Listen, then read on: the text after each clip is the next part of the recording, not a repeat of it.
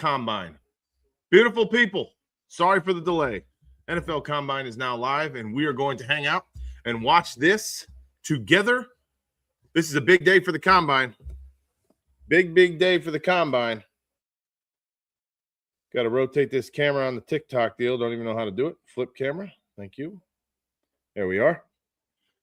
All right, Combine. Quarterbacks, running backs, wide receivers. All right. Big day. This is the majority of the skilled positions. And I'm a little late. My apologies. I'm about 35 minutes late into this thing, but we're going to get into this and see what we can muster up, see what we feel the Buffalo Bills should be attacking. Well, and anybody for that matter. Looks like right now the running backs are up. I don't know how much. If I've missed, maybe some of our friends in here can let me know what I have missed as far as did the quarterbacks already go yet. I'm a little lacking here. I was away for about a week down in Florida with the family, so apologies for that. You haven't really seen much from me either. However, Josh Allen is the best. What's up, brother? Thank you. Appreciate you. However, we're back home. We're in action, and we have a lot going on. A lot going on in the NFL, a lot going on with the Bills. Obviously, this Combine is a huge deal. The defensive side of the ball and the tight ends have already done theirs in the last few days. A lot of good defensive backs, interior defensive linemen, edge rushers. They all went and did their deal. Yesterday, we watched some of that. I was really impressed with the guy that I want for the number one pick for the Buffalo Bills more than anybody, which is Dylan Thieneman.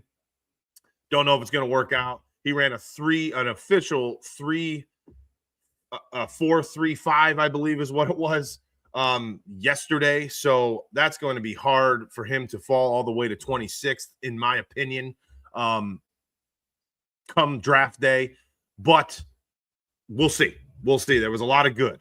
Really a lot of good. Anybody that we want to talk about, anybody in particular, please let me know. I'm watching the running backs right now. Taking some handoff, jumping over hurdles. I remember James Cook doing this. I forget the actual name of this routine here. But running backs are not extremely deep this year in the draft for running backs. Not extremely deep. Backs are not deep. Safeties are deep, and wide receivers are somewhat thin as well.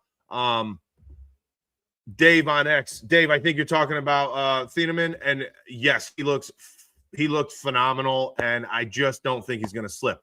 A good friend of ours here, Dexy, actually believes that the Minnesota Vikings, I think, at pick 18 will most likely be picking in his mock drafts that he's done, picking Thieneman, as their safety. But I want him in the worst way to pair up with Cole Bishop in the defensive backfield.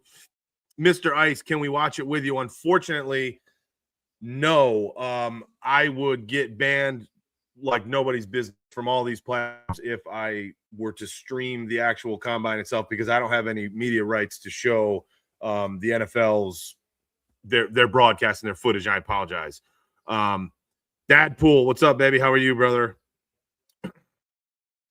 Doing well, man. I was on vacation for about a week with the family down in Florida. It was good. We're in upstate New York, as you may or may not know. If you're new to us, that's where we live. We're about 2 hours east of Buffalo in central New York in the Finger Lakes, and the weather's been shitty. It's winter, so getting down to Florida was kind of nice for a few days, and it was nice down there. 80 degrees and sunny. The blue skies and actual vitamin D is something that we didn't really know even existed up here for the last few months. So it was nice to get some of that. But then the last 2 days were actually pretty cold. It was about 45 degrees or something. Let's see. Dan, how are you? Becky, good to see you. Braggs, Puerto Rock. Sorry. Lindog, Grant, SLM, Ben, how is everybody? How are you, folks? Steve Davis, Al, Nana L, Cubs fan. The last Don recognized Leanna. Good to see everybody. I'm trying to say hello to everybody in here in TikTok. Good to see you all. Encourage you to share your live. Yeah, okay. if you get a moment, if you can, on TikTok, again, we're really close. I got to get to 1,000 followers. We're really, really close to be able to live stream, because we're going to start sharing our screen, showing some prospects, talking about where we want to go, where we want to see the Bills go. That will happen shortly, as long as we get to 1,000 followers. So right now I'm on the phone for TikTok and on the computer for, excuse me, for X and YouTube. And I'll be able to share screens and do stuff like that. So I don't want to take you off of TikTok, but if you are on YouTube and you want to follow along with us for the next little, however long, jump over to YouTube. I don't know if that's a bad thing, if I'm getting in trouble for saying that, but we're going to get into showing some profiles and things of some of these prospects and these potential draft picks. Dexy Gaming, Jags want 2 firsts and a premium player for BTJ. I'm sorry, but what? That's like Jettis price. I'm sorry. What?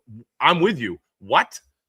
So the word is the Jaguars, and I did not know this, the Jaguars want 2 first-rounders, probably 26 and 27 is my assumption, and a premium player if they're going to trade away Brian Thomas Jr. Yeah, okay. Next. There is this much chance that if I'm Brandon Beane and Joe Brady, that I would even consider speaking with the Jaguars for 2 first round, because that's exactly what the Raiders want for Max Crosby, is it not? Dexy, quote me if I'm wrong, or let me know if I'm wrong. But I'm pretty sure they also came out and said 2 firsts and a player for Max Crosby. Brian Thomas Jr. just sorry, good, not that good. Dave, I'd be happy signing Reed Blank. Okay, all right. Dave says on X, I'd be happy signing Reed Blankenship to pair with Cole. Dexy, our friend, literally, we were just chatting yesterday, and he brought the same thing up. Can we see Nick says, can we see the combine? I'm sorry, I cannot stream it. I don't have those rights. I'd get blown up and taken off all these platforms immediately. I do apologize. It is on the NFL Network right now. If you want to watch, or if you have the ability to watch while we speak, great. If not, I'll try to give you some updates. The running backs are doing their bag hurdle and elusiveness drills with directional after getting some handoffs, after receiving the handoff right now. That's a drill that they're doing. Jeremiah, a big name out of Notre Dame. Forgive me, I'm going to be bouncing all over the place. I'm going to get right back to you, Dave. Jeremiah Love, running back from Notre Dame, is flying up the draft board. He just ran a 4.36 40, okay? And they're comparing him to Saquon Barkley, which is 4/100ths better than Saquon Barkley's was. And my understanding is that the word in the world of Jeremiah Love is that he has no weakness. He has no soft spot. He is literally elusiveness, top-end speed. He had, I think, 2 90-yard touchdowns in his collegiate career.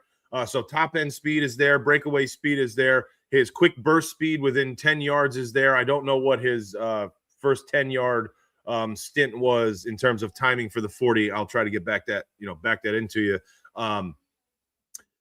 Always moving forward, leaning forward, falling forward, and his yards after initial contact are as much as anybody. So there really is no weakness for Jeremiah Love, both in between the tackles and out. He's flying on the leaderboard. Is I guess is my point. TikTok, if you're not, please follow immediately. YouTube, subscribe. X, subscribe immediately so we can keep this thing rolling. Okay, so Dave, back to your Reed Blankenship. Currently a safety for the Philadelphia Eagles. Young guy, I think he's 25 years old. He would not cost much.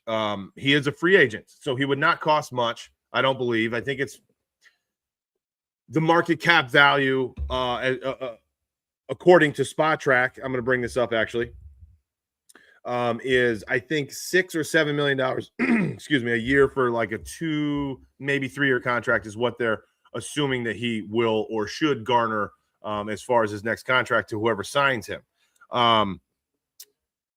That said, okay, he's only made a couple $1 million in his career thus far, and he is 26 years old, born on March 2nd of 1999. Love Reed Blankenship, freakishly athletic. However, his strength is more so in the box, downhill, run stopping than it is a freakish type ball hawk, center field, free safety-esque type guy. I'm not saying he's not good. I'm not saying he has no ball skills, but his passes defensed and his interceptions are not what I personally, again, this is just me, are not what I personally am looking for with the pairing with Cole Bishop, because Cole Bishop, in my opinion, is better suited down in the box and stopping the run and making plays and blowing things up in the middle of the field. I would rather see a free safety style pair with Cole Bishop. And that's why, to me, Dylan Thieneman from Oregon, who started his career in Purdue, his college career, is the ultimate candidate for the Bills defense when you ask me, when you ask Cold Front, okay? But we'll see. And he just crushed his day yesterday, so I don't even know if he's going to make it to the 26th pick. Dexy says on YouTube, if we draft one of the smaller outside Z slot wide receivers, KC Concepcion or Omar Cooper Jr., I want to also draft one of Eric McAllister from TCU or Dejon Stribling from Ole Miss. Two big, X wide receivers with big time speed. Don't disagree with you there. It's so up in the air for me with what the Bills are going to be doing here. And it's going to March 11th, free agency opens. And I think it's going to be determined on what they can do in free agency, meaning how they're going to draft. I watched a small clip that has been put out there on social media about KC Concepcion from Texas A&M. And the man obviously has freakish talents. He's extremely skilled wide receiver. What I like the most, though, out of his interview is who he was as a human being. He is from Rochester, by the way. Okay, so Concepcion is from Rochester originally. And then he moved down to South Carolina, I believe, when he was 5. So, I mean, did he really grow up in upstate New York? I guess, kind of. But the biggest thing to me was that his dad's favorite team, it was the Buffalo Bills, and he grew up watching that team. And being that he does have ties from Rochester and family and what have you, he's actually got a little bit of a speech impediment, like a stutter, which, I'm sorry to say this, I actually feel like because he's not the perfect person, Hollywood person, I kind of like him even better because of it. And I'm not saying this in any kind of, a poor light, not at all. I actually like him more because of his imperfections, and I appreciate the hell out of him. And he spoke extremely humbly. And I don't know. I like Concepcion. If we're not going to get Thieneman, my mind almost moves to Concepcion. Now, that said, yes, he is obviously he's not a 6'5", 220 guy. So to Dexy's point, he's a little bit more kind of play anywhere. Then you can make Khalil Shakir play anywhere, and you can have whatever your third wide receiver would be, whether it's free agency or a big splash trade, which I still think the Bills are actually going to do, in my opinion. Who I don't know. As a true X guy, then we might have a pretty legitimate wide receiver core. And then I think we need to go defensive opinion. I think we need to figure out a way to keep at least one of McGovern or David Edwards, our center and our left guard. We have to keep one of them at least. I'd love to see them both stay. TikTok, what up? How are you? Nick, you're welcome. Sorry, I wish I could. I really do. We need to keep one of them because we just went 2 years in a row with the MVP quarterback with that offensive line, and then the next year, the number one leading rusher in the NFL out of James Cook. I don't think you can let that offensive line blow up. I really don't. Okay, Drewski, what do you think about Josiah Trotter? I'm mixed. Josiah Trotter, I don't think it's bad. I don't think he's I don't think we should move mountains for him. That's my opinion. Drewski also says, I got us picking KC Concepcion at 26-2, just hoping it fall to us. Listen, this draft, the one thing that stayed consistent about this draft is the fact that it's not a premium draft class. So the idea of someone falling to us is certainly in play because no one Sorry, guys. I'm just trying to move this light. YouTube's not looking very good. Not very good at all. How's that? Is that better? Can you see me? Can you at least see me? What was I saying? Oh, the draft class is just not loaded with top-end talent. Okay, it's not your, first-round picks that people are going to move mountains for. And I think what that's doing is it's making kind of a crapshoot. Like, nobody really knows who's going when, in my opinion. Nobody knows who is going when in this draft. Flash goal? Love you so much. 3 gives to send love you so much to your live in 15. Wow. Okay, cool. Pin that. Flash goal. I don't know what that means, but I just did something on TikTok. Again, I have no idea what I'm doing on TikTok. It's not a heavy, top-loaded, front-loaded draft class. It's just not compared to years past. And I think next year is even going to be more so. So that's why I think it's kind of mismatched. We just don't know. We're just going to kind of plug along and figure things out as we go. Dexy, let's see. I'm going to make sure that I get everybody's comments down here. Yes, Swids. What's up, Swids? The Lucky Dog. Thank you for the follow, Lucky Dog. Appreciate you. Down on TikTok. Thank you very much. Dexy Gaming, YouTube. KC is a perfect match for Joe Brady. My only issue is the drop percentage, but that's fixable. Yeah, I agree. And like we were talking about, Casey Concepcion, he's an athletic guy. He's in and out. He can play almost anywhere on the field. And Joe Brady obviously likes to get his receivers mixed up quite often, right? Doesn't really like to just stick someone to one style of route in the tree. He gets, especially someone like Khalil Shakir. I mean, I know we throw a lot of screens. I get it. But Khalil Shakir, I think, is actually going to be opened up a little bit this year as well, inside and outside. And it's funny, before we move on to the next comment, I was listening to, I think it was on X yesterday. A couple of people were talking, and I think I was involved with a chat about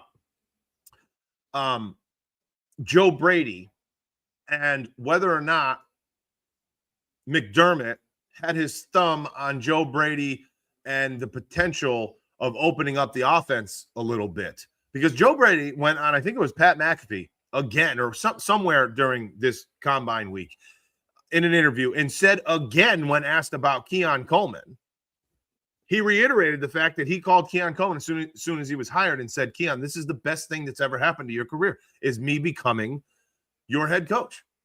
So what in the world, this is just out of speculation, but what in the world would make Joe Brady say that to Keon Coleman if he didn't mean I will be doing other things with you as part of our scheme?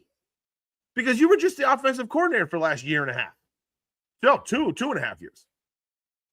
So his entire career, you were the offensive coordinator. So why would it make any difference that you become the head coach as far as Keon's productivity and maybe his his targets or things like that? Like, it shouldn't make any difference unless Joe Brady was not able to do what he wanted to do with Keon Coleman. And if that's the case, then clearly it's because someone, for instance, the head coach, Sean McDermott, was not allowing him to do what he thought that he wanted to do with Keon Coleman. That's the only thing I can think of. And it makes total sense. Doesn't it? Wouldn't that make sense? I mean, I don't know. You're going to have to tell me what you think. But to me, that just makes total sense as far as Joe Brady reiterating again that Keon Coleman's the greatest thing for him is the fact that Joe Brady's a head coach. So we'll see. We'll see if that's going to mean anything and what that actually does mean. Dexy, Trotter, I like better in Sean McDermott's defense. I agree with that. I do agree with that. And keep in mind, if we cannot get Thieneman, I'm still in on C.J. Allen. I still like C.J. Allen if we're going to stay defense and we don't get Thieneman or Casey Concepcion. I still like C.J. Allen. I do. And then later on, although Jacob Rodriguez also has had a really good week, and I think his draft stock has gone up, if I'm being honest. Okay, JD, excuse me, says, is the RB combine part done? No, not yet. Commercial right now, but not yet. Didn't Chad Ojens, Drewski says, thank you, Drewski. Thank you for the follow, brother. Appreciate you. Drewski, didn't didn't Chad Ochocinco also say he would work with Keon this offseason as well? He did. I think that he did. Now, is Keon accepting of that? Did he accept it? I don't know. I can't tell you because I don't know that answer. I have not seen or heard anything of Keon Coleman getting his workouts in and what he's doing thus far or planning on doing. But I do believe that he said that, yes. I wouldn't complain with that. And you know who else said it? Probably one of the best route runners of all time in the NFL. Ex-Buffalo Bill, Stevie Johnson.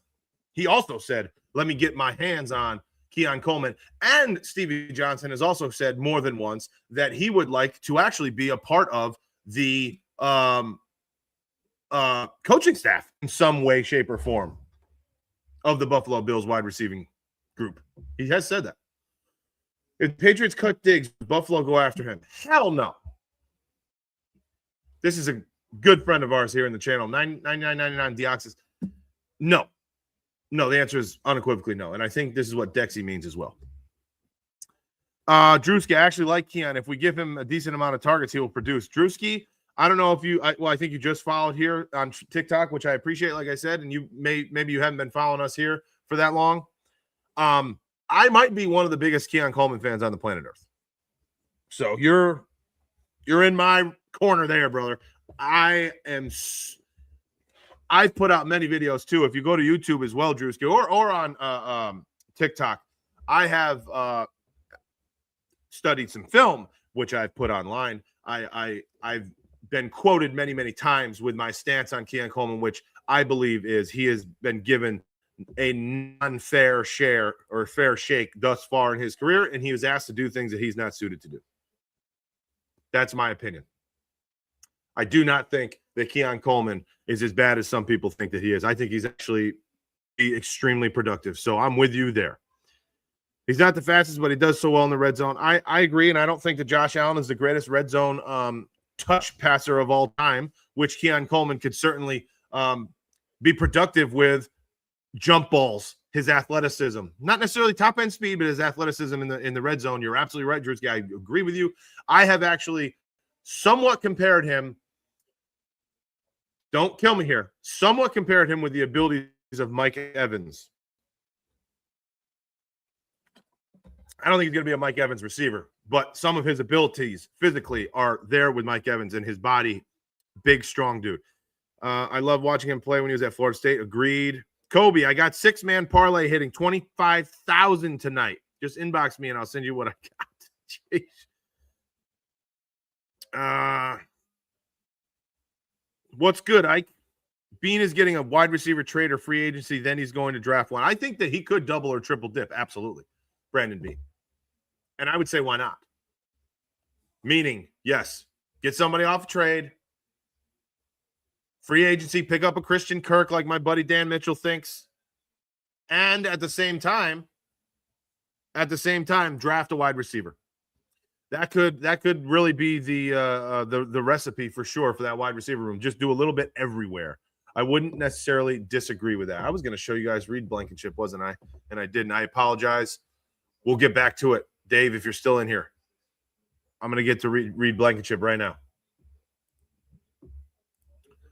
Okay, running backs are still doing their deal. Chargers hold 22nd overall pick. Their GM is sitting down with Rich Eisen right now while I share Reed Blankenship. Here we go. Here is Reed. As you can see, he's 26 years old. If I come here to market value, this is Spot Track, is saying they feel that he's worth 7.2 AAV for 2-year contract, just over $14 million for 2 years. I don't know if he'll get that much money. I think he's more a 5 to 6 per year guy, but we'll see. Okay, Rashul Faison from South Carolina. The running backs are now doing receiving drills. They're doing little slip out routes from the backfield out of a shotgun. Yeah, a couple shuffles, about a 5-yard out, catching, turning upfield. Roman Hemby, University of Indiana, 4-time team leader in rushing yards. Yeah, okay. Started his career in Maryland. Robert Henry Jr. Drewski says that's actually a decent comparison. Mike Evans ain't the fastest, but a great 50. That's exactly where my head is, Drewski, and that's why I say that. Again, I don't think that Keon Coleman is going to be Mike Evans. Okay, please don't take it that way. But when I think of a player, some kind of comp, I think that is his upside can compare to what Mike Evans can do. I think a low-key sneaky pick is Kamari Ramsey in the 4th or 5th round. I agree with that. I like Kamari Ramsey. Anna Robinson, how are you? Thank you for joining. Chris, how are you, brother? Jareth Garcia, how are you? Dante, what's going on? Robert, how are you, Robert? Okay, so Reed Blankenship again. Again, like him. Would not move mountains, would not overpay. If you can grab him, okay. But if we can get, I don't think that's a sign pre-draft. I don't think Reed Blankenship should be assigned pre-draft for the Buffalo Bills, because let's not forget about Mr. Bud Clark. Curious to what you guys think. What are your thoughts about Bud Clark? That could be a later round. I don't want to say steal at this moment because he's gotten a lot of attention, of course. But if we bring up Bud Clark, obviously he's not going to be in Spot Track because he doesn't have a contract yet. But out of TCU, here we go. I'm going to remove that, and I'm going to share this instead. Here's Bud Clark, TCU. He's a senior, of course, 6'1", 188. Decent hand size for sure.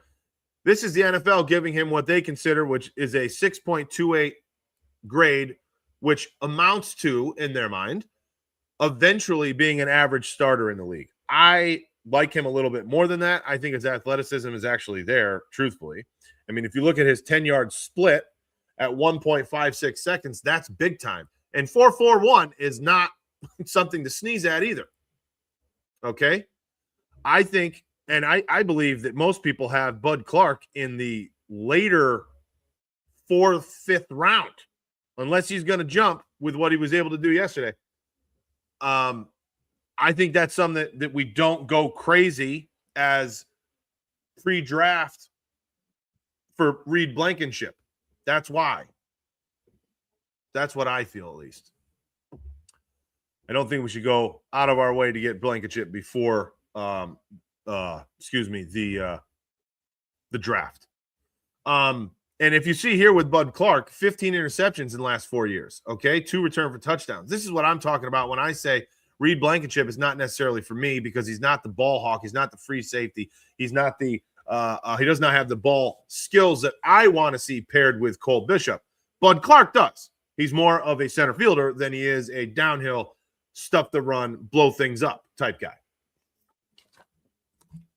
This is just Dustin speaking, cold front, but that's mine. Okay. Yeah, look at this guy. Almost all of his stuff. Look, plays defense with ball skills as of a wide receiver, sticky hands. None of this is really saying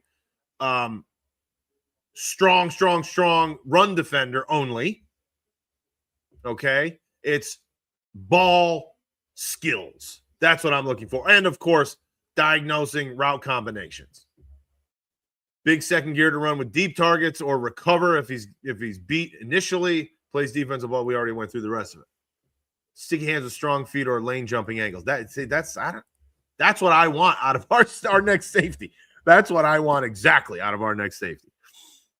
Reed Blankenship as a tackler, I don't think I think that's one of his strengths, Brewski. I don't know of any lack of solidified tackling abilities from Reed Blankenship. I will give him that. I love Cole Bishop, and he's amazing at coverage. We need a safety besides him. The tackle's great. Agreed. But I think, again, my opinion, Cole Bishop is more of a strong safety, if you will, versus a free safety. Jam Miller, run his routes, 130 rushes, 504 yards, and 3 touchdowns. Jadarian Price, the second, I think, number 2 running back for Notre Dame. Good hands, looked pretty explosive. Adam Randall from Clemson. Now they're doing in routes from the left side of the quarterback in shotgun. They have these guys do a lot of what professional, NFL offenses do with their running backs. Jamari Taylor, from Virginia. Big, strong dude. Now, keep in mind, not every prospect is actually participating in this. Some people don't. I forget who it was. It was a couple of days ago. One of the interior, I think it was an interior defensive lineman, literally stopped midday. He ran his 40, and then he started to do some bag drills, and he literally stopped his day because he said he was having issues with his cleats. I mean, I don't know what these guys think. I don't know where they're getting their information. Obviously they're agents and they're I don't know, attorneys, coaches from the past, people that are in their corner. They tell them when they should, what they shouldn't do. Are you going to hurt your draft stock? Why run a 40-yard dash at the combine? Because it could do nothing but hurt you. They get their information from people that are on their team. To literally stop mid-workout and not continue and say it's because your cleats are not working the way you want them to me, is a travesty. Get some new cleats. There's probably 9,000 pairs of cleats in that building. They're at Lucas Oil Stadium in Indianapolis. Find a pair of cleats that works. Stop. I mean, that's to me is just a cry for I'm nervous because I'm shitting the bed today and I'm going to make something up. Not a type of guy that I would want on my team. Oh, okay. We're missing a bunch here. Drewski, the only reason people ran back. Oh, wait, I'm sorry. Oh, yeah. The only reason people ran on us so bad was because no question. Our tackling was horrible all year. You're absolutely right. Not to mention our D-line pressure wasn't the greatest this year. Well, that's true as well. Keep in mind now, everybody, almost a completely, and it probably will be a completely new defensive setup and scheme because of the signing or the hiring of new defensive coordinator Jim Leonhard. This base defense, soft zone, try to make, we're going to read off of them, is no longer going to be what the Buffalo Bills represent. Jim Leonhard has come out, well, A, in his entire career, and B, recently in interviews and said, listen, I will tell you right now, the Buffalo Bills are going to be aggressive and teams are going to have to adjust to what we're doing to them. It's not going to be the other way around. That is a quote from Jim Leonhard. Well, I'm sorry, not a quote, but a paraphrase from Jim Leonhard multiple times since he's been hired. So the defense of the Buffalo Bills is going to be completely different. Okay? Just keep that in mind. And I think it's going to be in a positive light. Was very happy about the Jim Leonhard signing. Hire as well as Pete Carmichael. I agree with you, Drewski. I like it all. I'm really, really excited for what we're going to get into here. Okay. Dexy says, if we wanted a diva, we would trade for – yeah, no kidding. If we wanted if we want another diva, why take Diggs? We can just go out and get A.J. Brown and pay him whatever he's due next year, which is like $1.5 million, like nothing in 2026. They just showed Josh Allen's past combine appearance, and he looked good but very young. That's true. He was. That was, 9 years ago? Do Bills think there was more upside on Allen, or has he peaked? Deoxys, I know. I love you, brother. I love you. You're a Patriots fan. And Josh Allen is not – well, I'll let everybody else in here answer that as Bills fans, but I'll give you my opinion. He absolutely – I don't know about upside. Kind of hard to put upside on an MVP, but he's not declining. Not at this moment. Do I give him 7-8 more years? No, I don't.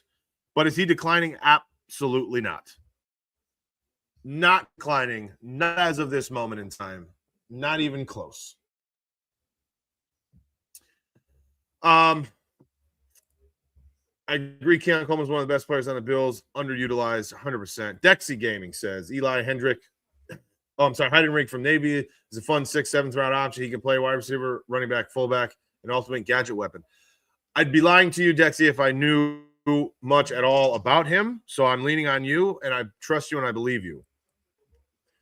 In my opinion, Deoxys says, Bills should draft a tight end in round 2 or 3 to give them salary cap flexibility for the tight end position. Okay, so in that case, then I think what you mean by that is that they would be letting go of Dawson Knox, I think, maybe. because they don't need a fourth or fifth tight end. Although this freak from is he from Oregon as well? Yesterday put up a 45.5 vertical jump out of a tight end. I think it was 45. Insane. All right, I like these routes now. This is like an out and up, like a little flat out, cutting back up the sideline now. Here's Roman Hemby. Okay. 1,120 yards from Indiana this year, but I will say it looked to me as if his hips were pretty tight on that route run. Robert Henry turns into a little wheel route after that fake out. So they're looking over their left shoulder and then cutting it back up the sideline for a little wheel. Emmett Johnson from Nebraska. Okay. Yeah.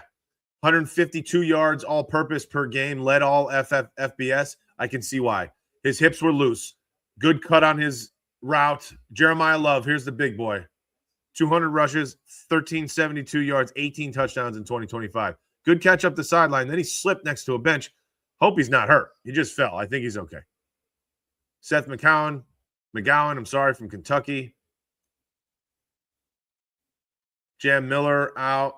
No, horrible route from Jam Miller. 19 for 100 yards in 2025. Not for me. Not for me, especially in this offense. Even though Joe Brady will be calling play, Joe Brady will still call plays, even though Pete Carmichael, Drewski says, is the new offensive coordinator. That is correct. John Pacheco, what's up, brother? I was wanting Bobby Badich out as soon as the Ravens game. Yeah, no kidding. Just go Bills, baby. Go Bills. Drewski, I don't think we need to draft a tight end. I agree, personally. As long as Kincaid stays healthy, we will be good. And that is a big question mark. Kincaid's health is a question mark. I mean, let's be honest here. Yeah, it's kind of a little nerve-wracking because the man can't stay on the football field. However, when he does, he is lights out. That is for damn sure. That is absolutely damn sure. Okay. All right, running backs look like they're wrapping up. Jeremiah Love certainly showed out for what we've seen. Every single one of his drills. I don't have the 40 times in front of me because we were a little late into this. But it looks like the running backs are wrapping up. Took them an hour and 15 minutes. Don't know who's next, whether it's quarterbacks or wide receivers. My guess is prime 215. It's probably going to be wide receivers. So let's get ready for some 40 times, shall we, from the wide receivers. Whoa.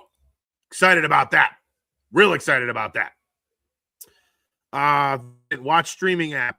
Oh, where can I watch the combine? The streaming app, or I have it on NFL, NFL Network on the TV here at home. Jason, Jonathan, what's up, everybody? TikTok, do me a favor. If you're on here and you're not subscribed, subscribe immediately or follow immediately. We're really close to being able to follow together with YouTube and X so I can get all of our shared screens with these prospects and everything that we do. We do a lot of film breakdown showing profiles and things. We share our screen all the time on YouTube.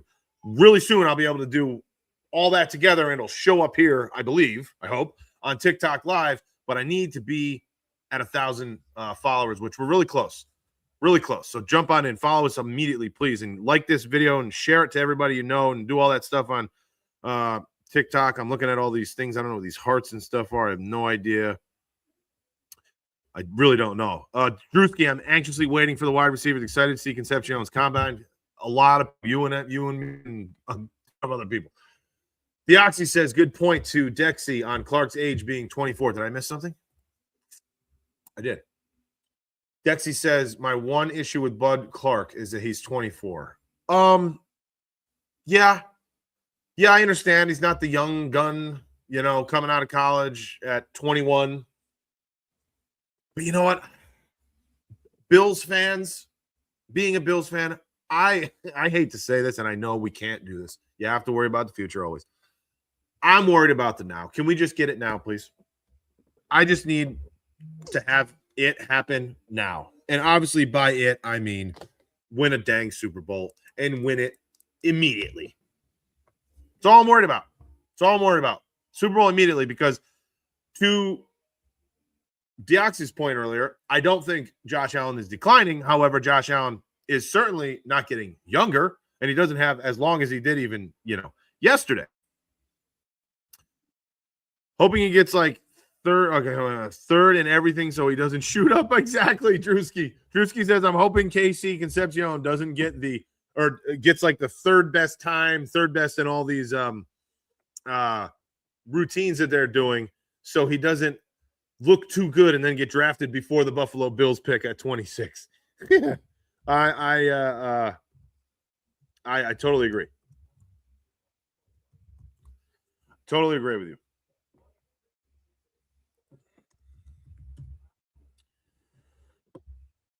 Ben Flores. What's up, Ben Flores? Appreciate you following me. Who is the fastest receiver in your word? Not sure. Not sure what you mean by that. I think it was Xavier Worthy, I believe was isn't he the fastest wide 4.28 or 4.21? I'm sorry. Wasn't that the furthest one? I think. I mean, for the fastest, I believe he was the fastest ever in the combine, if I'm not mistaken. Netlify, how are you, man? Is it receivers? I believe that it is. I'm not totally sure. Here we go. They're just saying live 8 p.m. Thursday, April 23rd. Yep, NFL Draft, night 1. We will be live for that for sure, NFL Draft, so please hang with us. J-Ham, appreciate the follow. Thank you so much. At this year's Combine. Oh, we don't know yet. Well, I'm sorry. Wait, let me go back to your question. So far, Sonny Styles' brother was the fastest in the combines so far, and it was yesterday. Let me just, and you know what? We're going to put this up here. Combine tracker.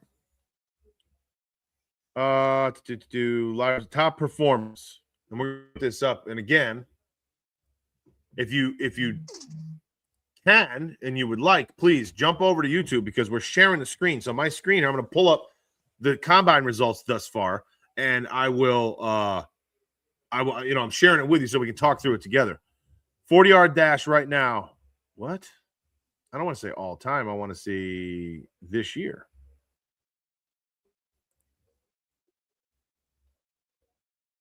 Yeah, Sonny Styles Jr. or Sonny Styles' brother, who is Lorenzo Styles Jr.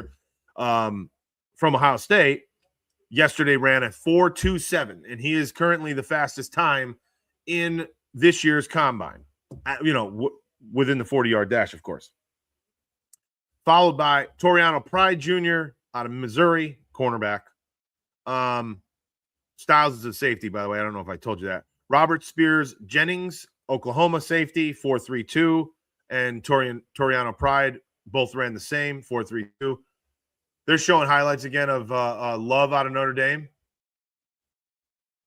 It's just the real deal. And all these mock drafts are going on, on the bottom of the screen too, like these tickers. I'm seeing Thieneman anywhere from 18 to 32 still.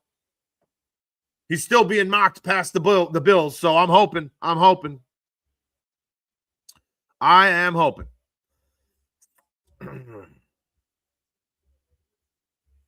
26 to the Raiders. There's Thieneman, 4.35. Mike Washington, the only non-defensive back, the only running back in the top. Well, let's see. Let's go to, so 1, 2, 3, 4, 5, 6. Okay, so the top 6 times. Oh, no. Top 4 times were defensive backs. Mike Washington Jr. out of Arkansas ran a 4.33 as well. And then Jeremiah Love, 4.36. I mean, Jeremiah Love might have just made himself, I don't know, $20 million today, this week. An additional $20 million. I don't know. Let's get back to some of these comments, shall we? Dre to Goat just got the #1 viewer badge. Appreciate you. Show the combine. Dre to Goat. I'm sorry. I wish that I could. I cannot. That's illegal because I do not own the rights to broadcast this. If I did, I absolutely would. 100%. But I'd get kicked off of here real fast. I apologize. Doxy, no, I'm not touching the tight end until round 7. Agreed. Okay, these guys are talking together. Okay, the Michigan tight end I really liked. He has speed and he can block and receive. He's the only guy I'm okay using a fifth on. Yeah, I don't know. If you're keeping Knox and Kincaid and you got Jackson Hawes around the corner, I know he's not the biggest receiving threat in the world at the moment. I don't know that I'm going. Oh, here's this Eli kid. This gadget dude.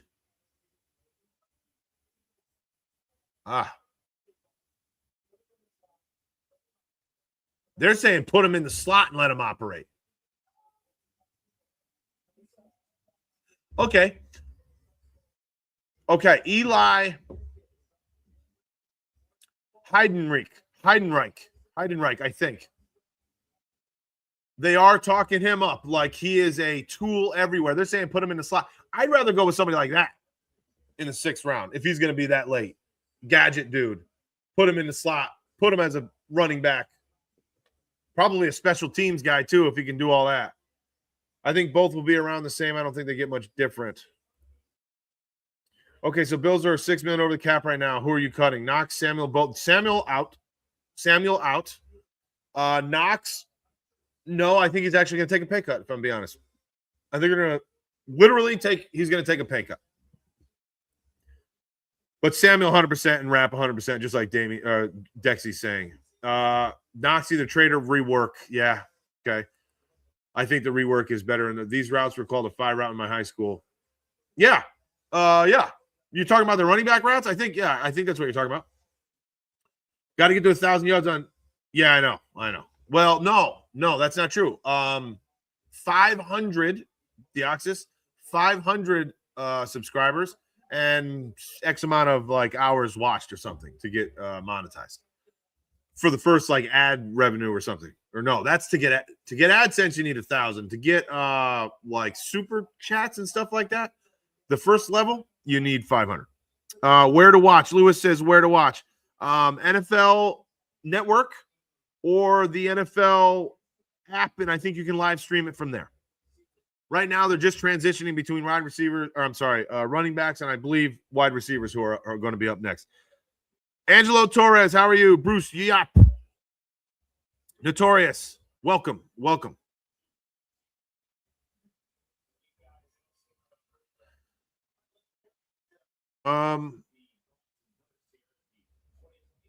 Okay, let's keep going on. Dexy. Hold on, they're Rasul Faison, best broad jump by 10 feet 2 inches. Vertical 37.5. Yeah, think about that. And the tight end yesterday did 45.5. Oh, baby. If we're going to take an older safety, why not take free safety from Oklahoma, Robert Spears-Jennings? Well, Robert Spears-Jennings is going to be – he would have to be a first-rounder, wouldn't he? Yeah, Robert Spears-Jennings would have to be a first-rounder. Bud Clark is supposed to be 4th or 5th round, I believe. That's why I say Bud Clark if we can get him late. I'm not saying Bud Clark should be 1st or 2nd. I'm saying I think we can get him later on. Jennings, he was fast as a comment, already has a connection with the Bills because of our corners coach. That's right. He was from Oklahoma with Eli, right? Or Adai, right? Correct me if I'm wrong there. I think Jennings was in Oklahoma. Actually, we'll pull it up right here. We have it on the screen. Yeah, Oklahoma. Yes, exactly. Average backup or special teamer. I could have sworn that I've seen him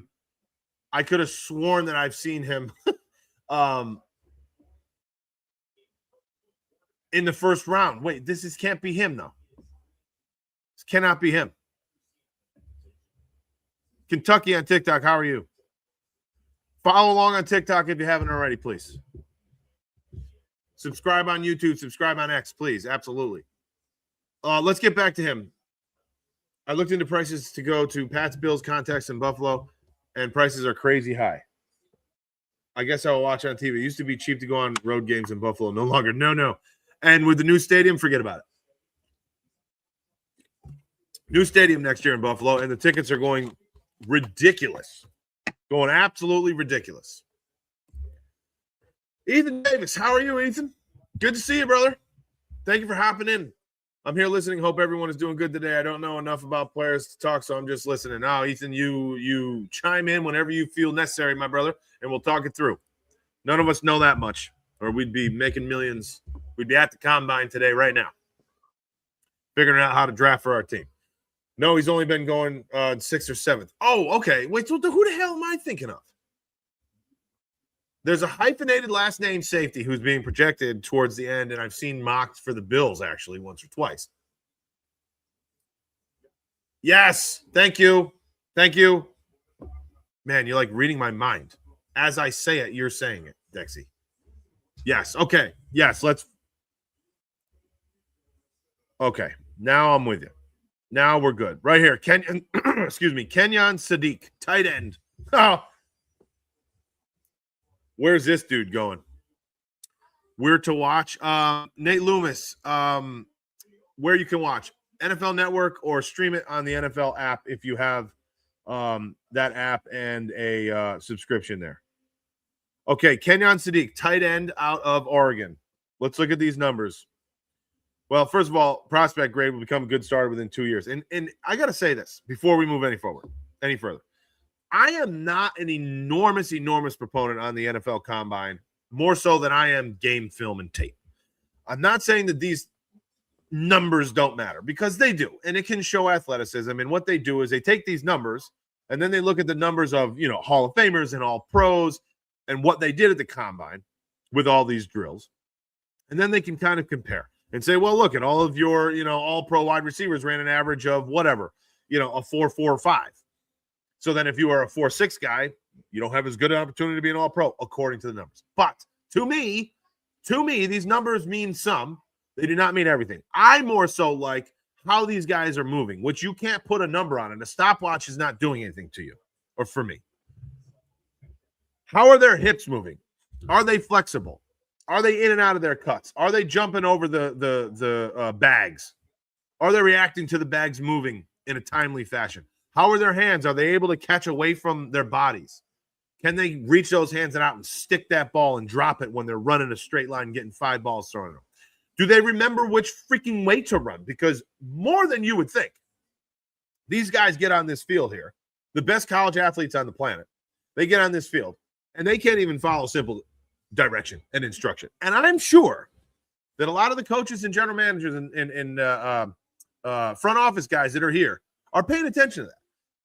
Because if I can't trust you to simply go to the 10-yard line and run, break your route to the right, and you forget and you go to the – how am I going to trust you in the middle of a game and pay you $20 million or however many millions of dollars? You know what I'm saying? Like, that type of stuff I like watching on this more so than just strictly the numbers. So, again, this guy, Kenyon Sadiq, the reason I thought about saying this is because we'll become a good starter within 2 years. Is what they're projecting. When if you look at his numbers only, you would say he's the greatest football player in the world, and he should be a number 1 draft pick. That was my rant. My apologies. But I'm just saying numbers are not everything. I like film, and I like watching this to see how they move, their movements and their directions. I was regarding Kamari Ramsey, and I'm not. I'm a lot lower on him now. Okay, so here, okay, great. I'm glad you brought this up, and I'm gonna bring him up actually. Excuse me. So there's 2 people. This is one of them that I think their numbers are actually not really conducive to what some people thought. So Kamari Ramsey, 6'1", good backup with potential to develop this into a starter. His next-gen stats are good. All right.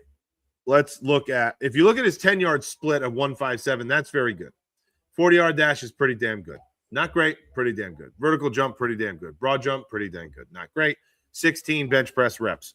Didn't do a 3-cone drill or 20-yard shuttle. Now, again, this is half the battle to me. Half the battle for a safety. Because as someone asked on TikTok, can he tackle? Can he diagnose what is coming on the field? Can he watch film and understand and see formation, watch movement on that formation, and depict, react, and almost be a step or two ahead of the offense and know what's about to happen. Does he have closing speed? Does he have route recognition? Can he tell what a wide receiver is about to do based on how they're moving? These are things, can he watch a quarterback and understand where the quarterback's going to throw the football based on their shoulder and their rotations and their head when they're going to release the football? Can he anticipate? These are things that this will not, literally not show up on a combine score. But to Dexy's point, will Kamari Ramsey, did he go down in your board because of the numbers that he put up yesterday here? And I'm not saying it shouldn't, okay? I'm not trying to talk anybody off of thinking that these numbers that these gentlemen put up at the combine mean something. I'm not saying that they don't. But is it everything, and how much do you put in it? I think even teams in the NFL, some teams will put a lot more weight onto these numbers versus film. That's why I love it. Okay, now they're showing some quarterbacks here. Carson Beck, of course, out of Miami, and Drew Allar. Maybe the quarterbacks are up next. Maybe the wide receivers are going last, boys. Peace out to all. Deoxys. Have a great day, Deoxys. We'll talk to you soon, man. Looking forward to Pats Bills battles for AFC supremacy next year and eventually a Super Bowl for one of the two teams. I'm a Pats fan, but Bills are my second choice since 0 Super Bowls. Well, we've always had really good conversations, and I appreciate you very much. See y'all, he says. Enjoy the combine. We shall. Thank you, brother. We'll talk to you soon. That's why I'm not a fan of Genesis Smith anymore, because the tackling as the last line of defense is bad and will lead to touchdowns that shouldn't have happened. That's true, but you got to hope that our second line, our linebacking crew, will have a better year than last. And being that this type of defense with a 3-4 will be more reliant on athletic style defensive ends and more linebackers, then maybe we'll be in a better position. I have 2 words for you people with the Buffalo Bills for this upcoming year on defense. 2 words. Michael Hoyt. Freaking love that guy. And he is the X factor, in my opinion, for the Buffalo Bills. Unless we get Dylan Thieneman. Because if we get Dylan, then, just watch out. No, I judge only on tape if you're great at the combine, and that just adds to your profile. Okay, so, all right. So you go combine to tape. I go the other way around. Like I put names in my head who I want to see. All right, so DJ top draft mock 2.0. Thieneman going. Oh, I'm sorry, that wasn't a mock draft. That was just the top. My apologies. My apologies. Didn't see what I thought I saw. My point is, I get names in my mind, and then I like to watch them in the combine to see if they are kind of putting up with what I thought they were going to be able to put up with. And I'm going to show you who I'm talking about. And I don't know what you feel. Where are we?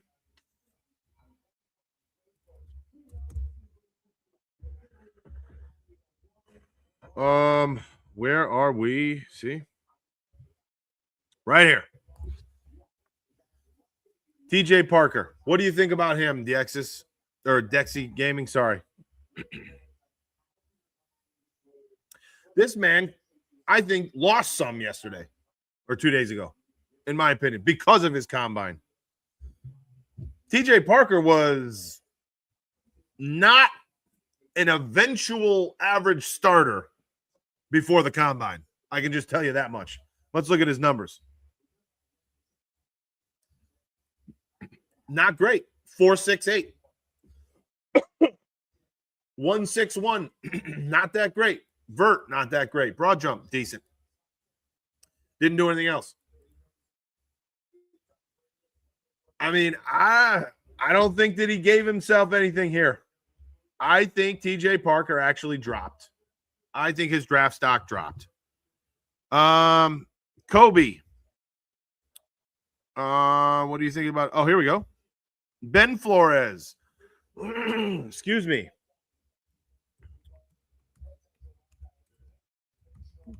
Sorry about this. I Okay, Ben Flores says, what do you think about Mississippi State receiver Thompson? I think you're referring to here Brennan, I believe. Small guy. I think he's a short receiver, definitely like a slot dude. Kind of twitchy. Let's pull him up though. Let's pull him up.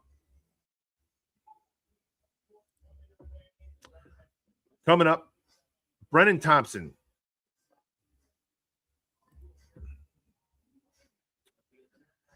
Okay, let's see. And we're not going to see him yet because the quarterbacks are coming next, it looks like. But Brennan Thompson. Trey Vanley, how are you? Okay. 5'9", 164. Arm lengths are small, 28, 29 inches. Hands are 9 inches. Average backup or special teamer is his projected ability in the NFL. Obviously, okay, NFL comparison, J.J. Nelson. Yeah, I remember a little J.J. Nelson. Yeah. We'll see, right? This is a big day for someone like this who's 5'9", 160. You either got to show some real twitchy routes in good hands, or blow the top off that son of a gun and you're 40. One of the two. And he's going to have, all right, so his strengths, one of the fastest players in the draft class. Okay, then there we have it. There we have it. Sudden feet, allow shifty release against press. Okay, this is what I was talking about. Twitchy routes. That's what I said he would need to have at this size. Requires additional attention from coverage over the top. Okay, great. Glides on grass, eating up corners before they can flip and run. Wow, excellent. 7 of his 10 career touchdowns came on plays of 42-plus yards. Oh, boy. Hash crossing routes, post-catch runway. His lone career punt return went for 44 yards. Okay, weaknesses. Coast into the top of the route instead of snapping it off. Don't like that. Don't like that at all. I love crispy edge routes, the corners of routes, personally. Routes are poorly disguised and lack tempo changes. All right, well, that can be taught. Small frame sees him bullied at catch points. Yeah, we would have assumed that. Has trouble tracking and adjusting to deep throws. That's not good. That's not good for a deep threat guy that needs to rely on his downfield presence. Trouble tracking and adjust. Oh, we said that. Lacks soft hands and steady catch focus. Oh, boy. Uninspiring run after catch on hitches and screens. That's not good. Because I was thinking for a moment of a Khalil Shakir. Right? Ben Flores. Yeah, he'd do his at 3 p.m. Got it. Yeah. Okay. So the wide receivers are next. Wait. No, we're 240. Huh. When he was at Texas, he raced Worthy and beat him. Oh, okay. Well, then he's gonna get some money. He's gonna get taken if he runs a 4.2. Okay, I'm just gonna look. That's gonna happen. If he runs a 4.2, then he will be getting some money in 2 months. I watch tape, then use the combine to see if it matches with the tape. For example, Dalen Everett, corner out of Georgia. I wasn't expecting that speed on the combine. I see what you're saying. Yeah, that's kind of what I do as well, Dexy. TJ, I was disappointed in thought he'd be test better, but hey, if he falls to 60, give me him well, hell yeah. Sure. I'm in. I'm with you there. Just what we were talking about, the example of, I think he actually lost draft stock. Doesn't necessarily mean he's not a good football player, but I think he lost some yesterday or 2 days ago.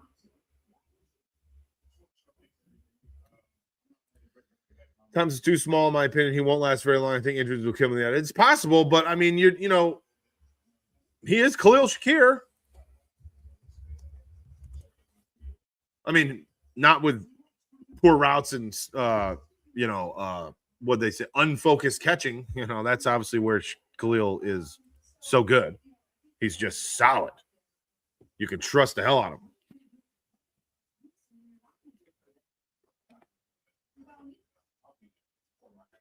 Are these guys warming up or wait?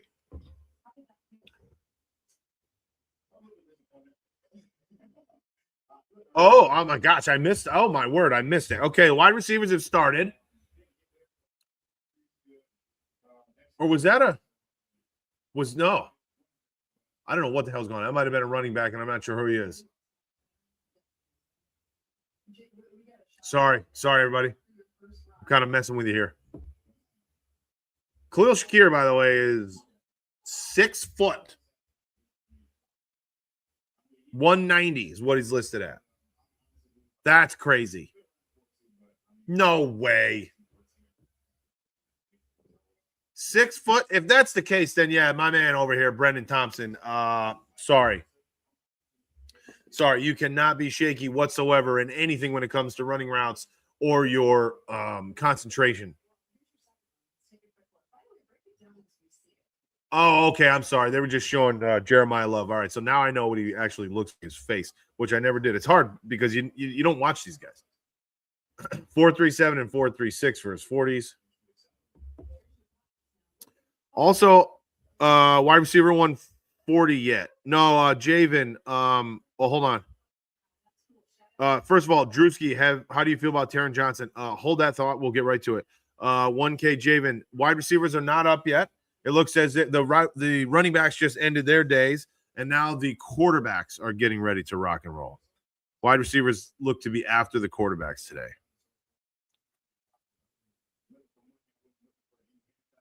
I call Khalil Shakir the Yak Daddy. Yes. Well, he is. Yeah. Okay, so Drewski says, what do you feel about Taron Johnson? Drewski on TikTok. Taron Johnson did not have a great year last year. He's had a good, solid career. I'd hate to see him go. It's going to be very dependent upon whether Jim Leonhard feels that he can fit Jim Leonhard's defense. Not that the Bills are suited to do this. They might be or they might not be. It's not my decision.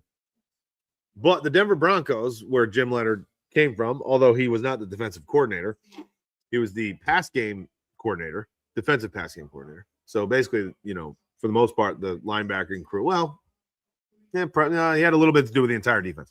But the Denver Broncos ran the least amount of nickel defense of any team in the NFL. And Taron Johnson has now made his living being a nickel corner. So I don't know if Taron Johnson has a spot on this roster. And I don't think that Taron Johnson would be too difficult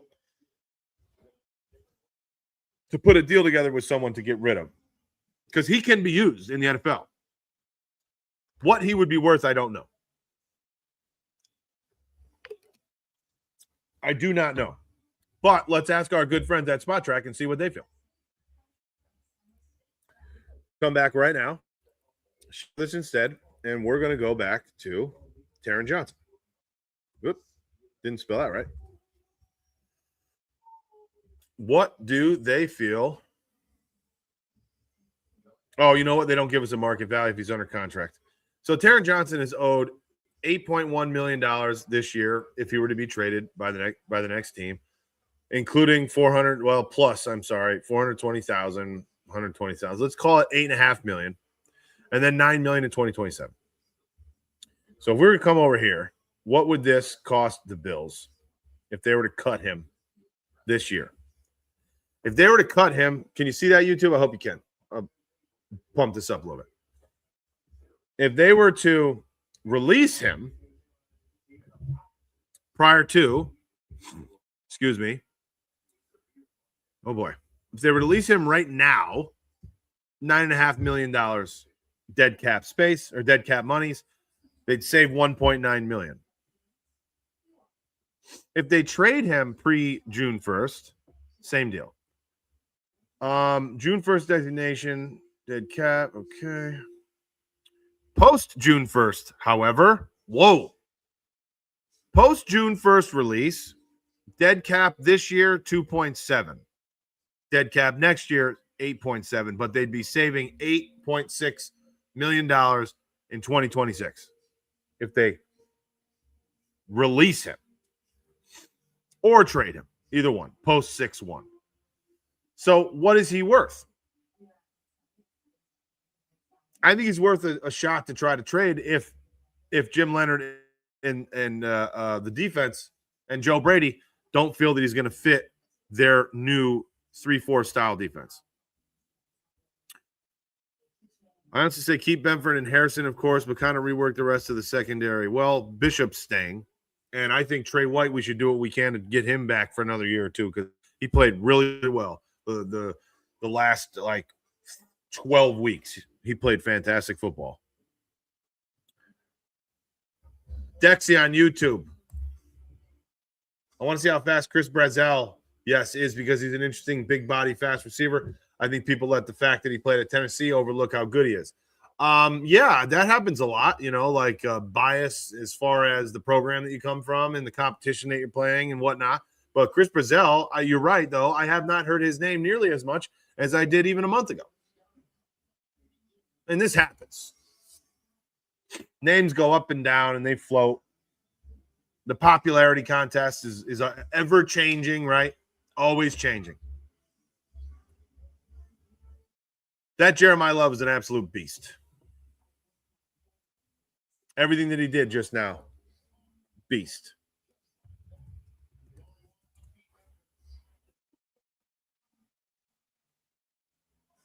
And Dexy, we were also, they showed a little, they highlighted him at the end, your Eli, saying that they should throw him in the slot. Whoever, whatever, team he plays for in the NFL should throw him in the slot and just have him be a, all over the field type dude, kind of like you were saying.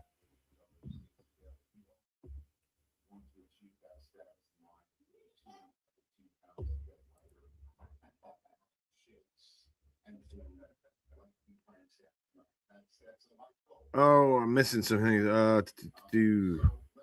Hey, boy, what's up?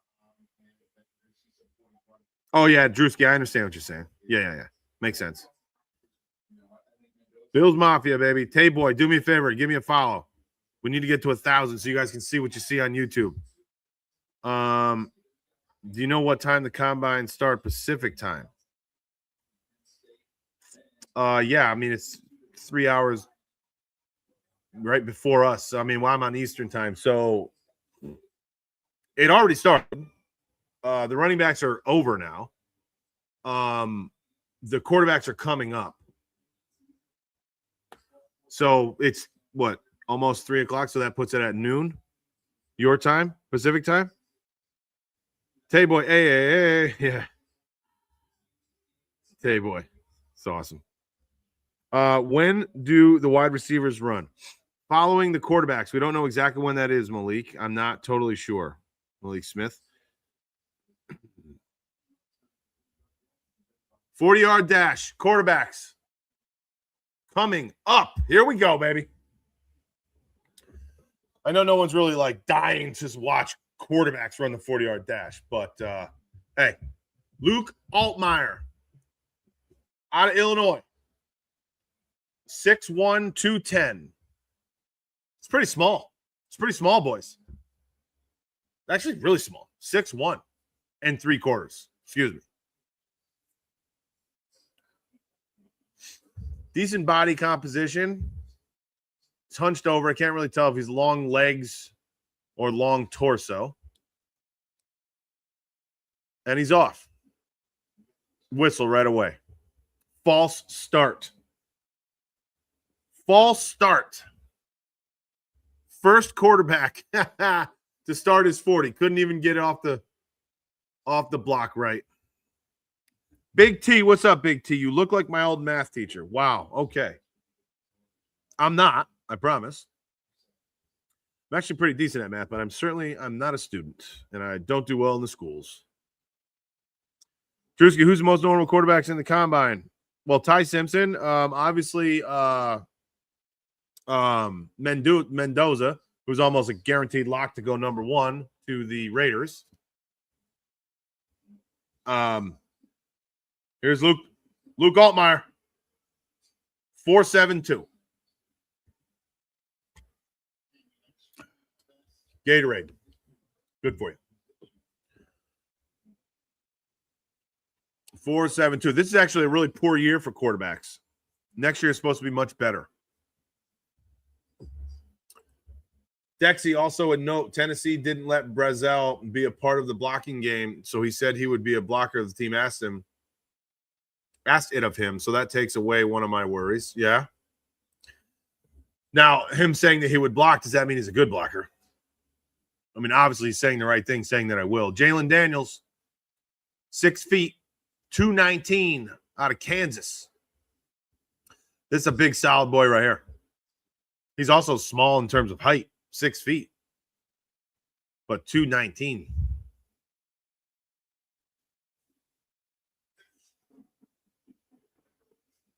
It's 4.7 flat.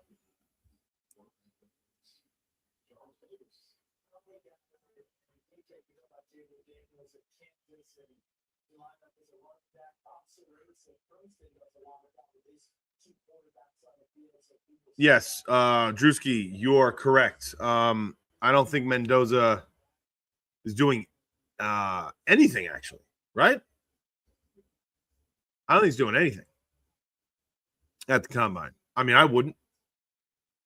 Joe Fagnano, 6'3" and a quarter, 226 out of UConn. It's a nice Northeast Italian guy, it looks like. He ain't moving too well. 4.84. Curious, I wonder what did someone like Lamar Jackson run his 40 time in? You know? I wonder.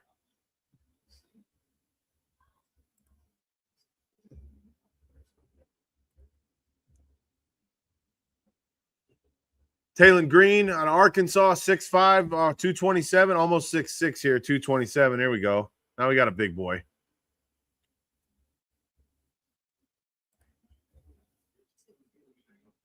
Feet don't seem to be moving all that fast, to be honest with you. My gosh, a 4.37? I swear he took 8 steps. Wow, that angle that they just showed, which is in front of him, huge steps. Okay, when you get to his side, my guy was floating. They showed from the front, and you can't tell. The angle's not all that great, to be honest with you. I thought his feet were barely damn moving. It's because his strides are about 12 feet each.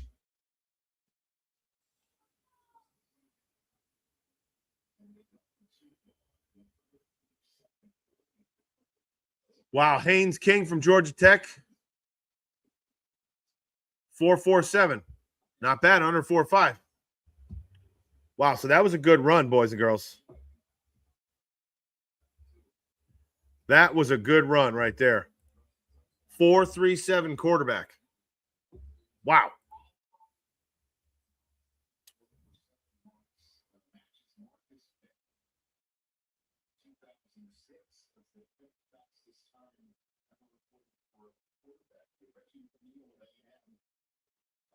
Fifth fastest time from a quarterback ever, they're saying.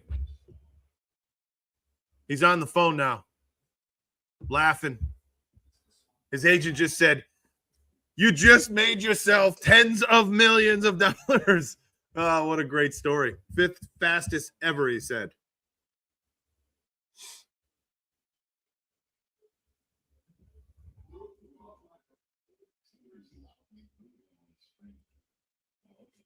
Oh, yes. Kevin Stefanski, yeah, the Falcons coach, just went up on the Jumbotron and he was booed because they're in Indianapolis.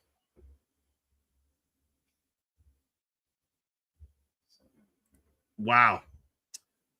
Oh, there's only 5 guys running. We're already on to our second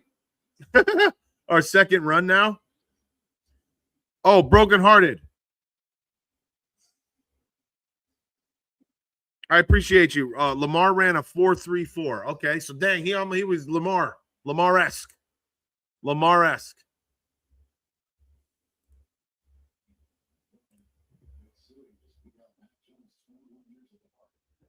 Put this up on the screen for everybody. Crazy.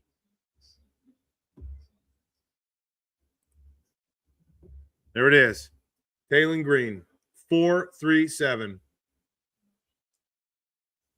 Did I just see Dexy? Are you saying who Dexy Gaming says Green might get switched to tight end. There's been talks of that. Wow. I haven't seen the man throw the ball yet. So I have to see that. See what, for me at least.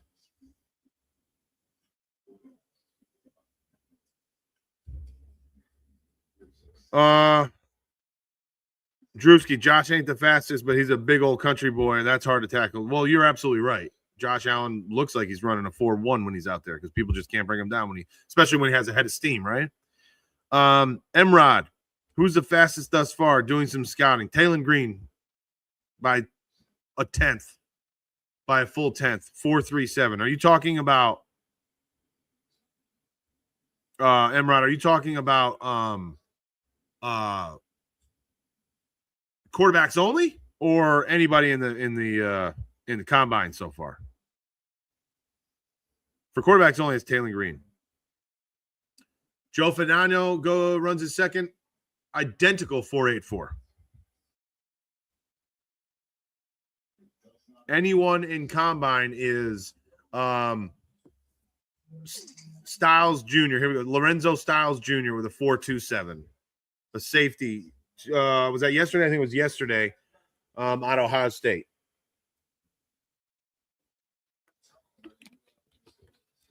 Sonny Styles' brother, who had the best linebacker combine ever. I mean, what a family. My goodness. Sheesh, Emrod. Yeah, exactly. You're right. Sonny's brother. Exactly. 100%. Yeah, he's like, forget about you, Sonny. I'm going to do my own thing.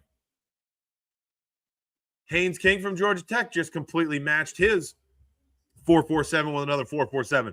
That's a good time. I'm liking Haynes King too.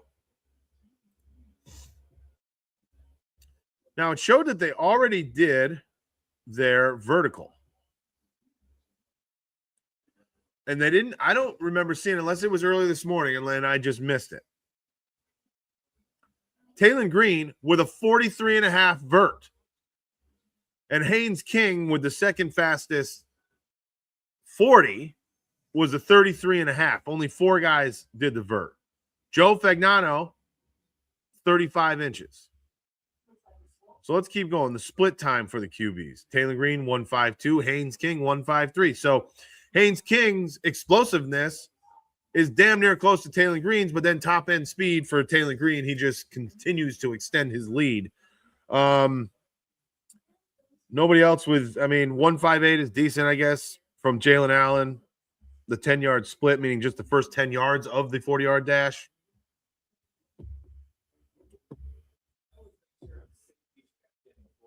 If Haynes King doesn't get drafted, as most people think that happens, I would love him to develop behind Josh because he plays just like him. Well, you know what? Mitchell Trubisky is probably due a bag, if I'm being honest. And there's some talks in this area that Mitchie Trubisky will not be back as Buffalo Bills backup.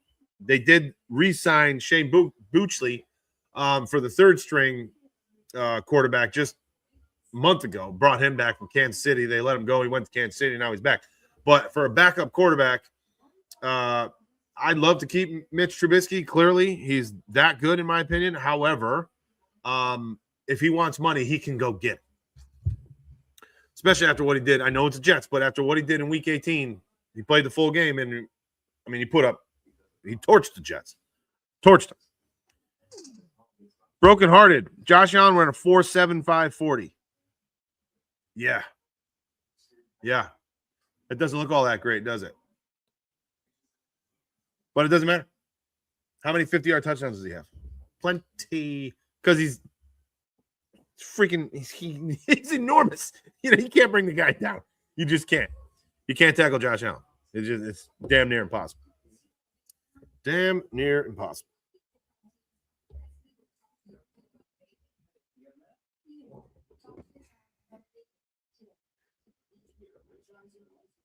Trying to figure out a way I got to get this phone charged. Eric Wood, how are you? Joseph Dorsey, how are you? We're watching the combine in here. NFL Combine is a big day for the NFL, and these kids are getting their chance to show who the hell they are and show up, try to get themselves some money.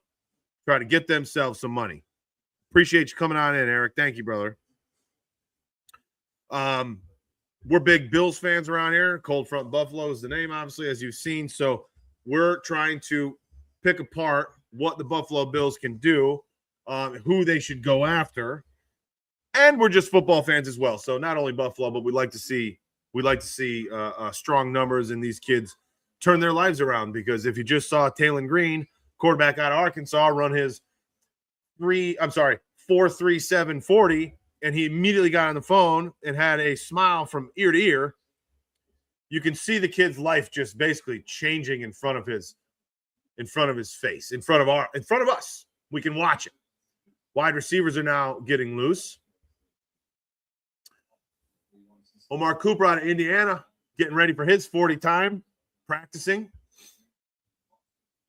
So I think that I don't know, maybe they're just doing like one thing at a time. The receivers might be going to their 40s now. This is not really how it was set up with the yesterday and the day before.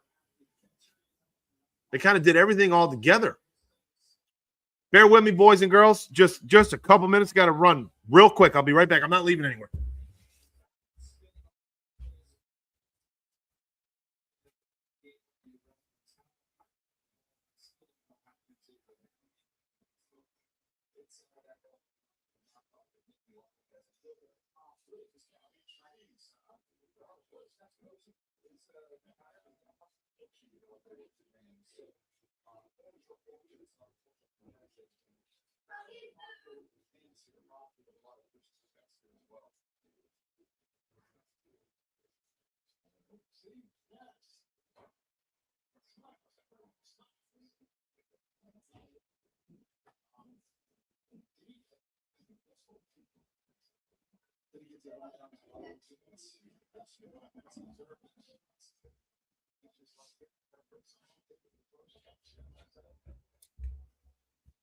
Sorry about that. We're back. Commercial, but we're back.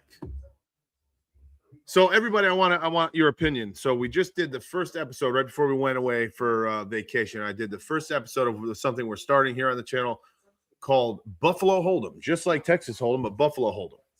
And what we're doing is I am putting together a hand of cards that you will be dealt.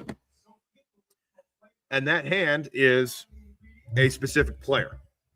And with that player is someone who is either on the bubble or potential free agent or someone that we want to restructure or one of our 5 void years, one of our 5 players with void years on their contracts, and we don't know whether they're going to be re-signed or not, or a potential trade candidate, or someone that we just want to see potentially let go. But I'm going to pick a player. I started with Keon Coleman last week, and you'll find that video on any one of, on the YouTube page. So if you go to our YouTube channel, you'll find it under videos. You know, one of the pre-recorded, wasn't a live. Buffalo Hold'em, and then you have to decide based on the evidence that I show you, because I'm going to be somewhat unbiased. I'm going to try to be, and provide film breakdown, statistical analysis, maybe some in-depth, high metrics, and then allow you guys to decide what you feel the Bills should or should not do with said player. And then in which case, what you're going to need to do is you're going to need to comment toward me or message me what player we should go on next. So you get to do one of 4 things with this hand that you are dealt. You get to fold, which is basically just let the man go and walk away. You can check, which means, you know what? And then you're going to have to tell me, we need some more from you. I don't really know. I don't have enough information to determine which route I'd like to go on said player or my hand. You can bet/raise, which is try to keep the guy, sign him for a two-year contract, or extend him for a couple of years. Hold on for dear life best you can. Or you can go all in. Not just raise, but you're shoving your stack to the middle of the table, and you are max extension for life, that type of thing. In which case, you're going to have to continue to tell me, though, who we're going to do next. So, number 1, we just put that video out. Find that video. Watch that video on YouTube. Buffalo Hold'em episode number 1.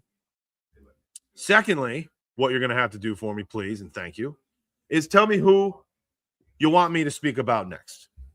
Who do we cover next? Again, if you watch this video, you'll see statistical analysis. You'll see video breakdown as well.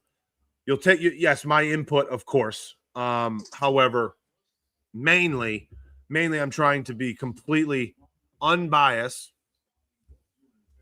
and you make your decision because it's your hand of cards. So I just put the video in the chat there on YouTube, and I'll try to figure it out how to do it on TikTok as well. Bear with me. That didn't mean I left, did it?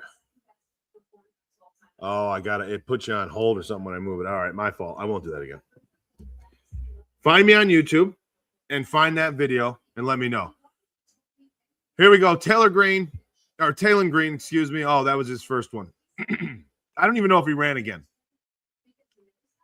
I don't think he did, but he had a 43.5 vert as well. Highest by quarterback at combine since 2003. So not only is he 6'5", right? Yeah. Not only is he 6'5", but he has the highest vert in 10 years. Like, the man is having a hell of a day.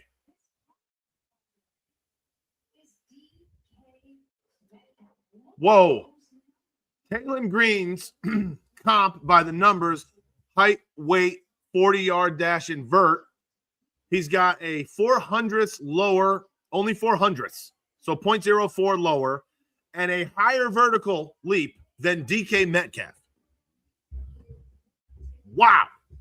What a freak in a good way. What a freak. Taylor Green, stud. Absolute stud, Taylor Green.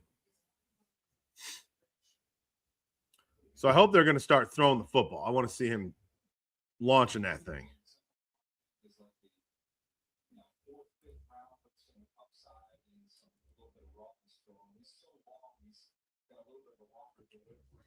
Why just keep moving up? Guys, if you're on YouTube, which you are, watch it. What are we doing? He had an 11-2 broad jump.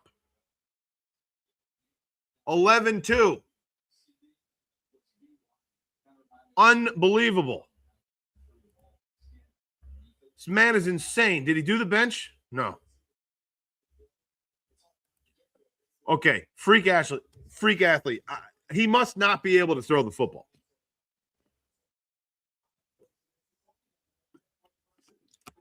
He must not be able to throw a football.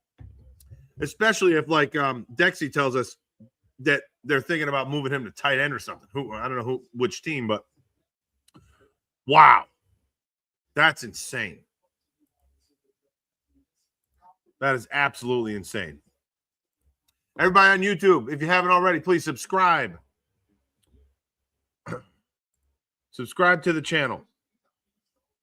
We're getting close to be able to make some money. We're going to put it all back into the channel to provide a better experience. Better experience. Same with you guys over at TikTok.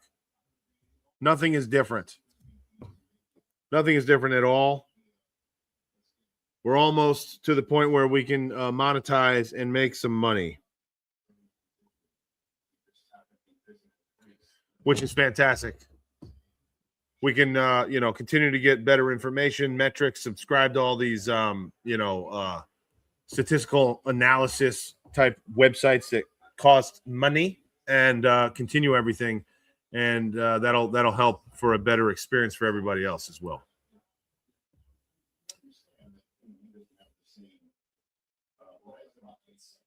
All right, so they're showing him warming up, throwing the football, and he's stiff. He is.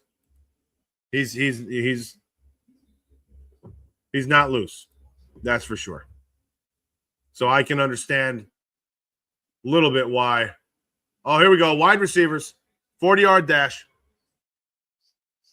Wide receiver 2, Vinny Anthony from Wisconsin. Here we go. Eric W. says, go Lions. Go Bills, Eric. Go Bills. All right, Vinny Anthony, 4'5'8", wide receiver out of Wisconsin.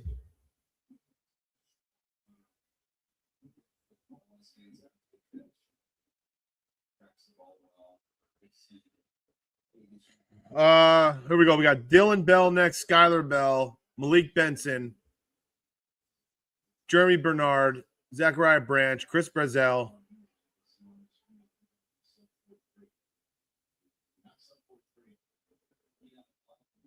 (4-2-1), fastest ever. Yep, Xavier Worthy out of Texas. Here we go. Dillon Bell, 6 foot, 209, George Bulldog.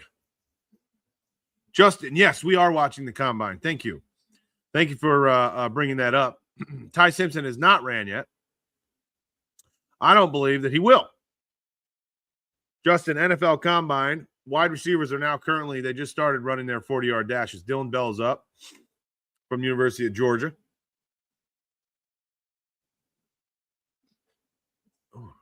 Kind of strong runner there. 4.5, 4.5 even. 4.5 even up for Dillon Bell. The talk of the town right now, for everybody that's new in here, is Taylon Green, quarterback out of Arkansas, with a 43.5 vertical, a 11.2 broad jump, and the most exciting thing is a 4.37 40-yard dash. Hasn't thrown the football yet. We'll see. Skylar Bell out of UConn's coming up. Actually, kind of like this guy. I don't know if he's necessarily a perfect fit for Buffalo Bills needs, but I like him as a receiver.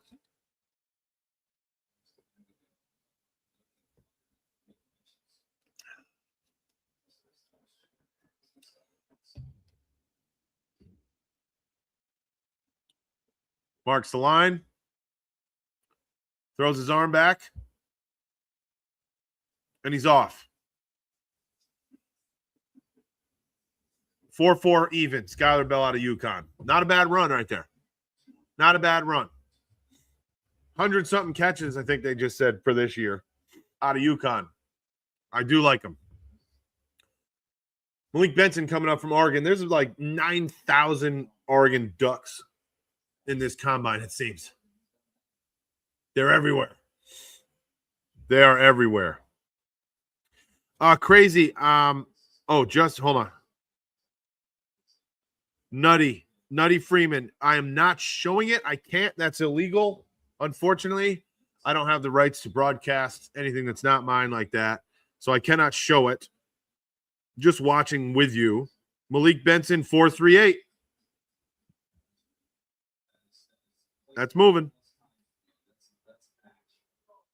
That's moving. Almost as good as a quarterback. Justin says, I'm excited to see Zachariah Branch. He was quick. Yes, agreed. He is now. No, I'm sorry. He's next. Jeremy Bernard from Alabama's 6'1 and a quarter, 206 pounds. He's about to run. Mary Jo, how are you, Mary Jo? Go Bills. Brokenhearted. Go Bills, baby. We're just seeing who we think the Bills should swoop up in the draft in the event that our people get to us, which I don't know if that's going to happen, but we're hoping. We're hopeful. My pick, Dylan Thieneman from Oregon. That's my number one. If he's at 26, I want him.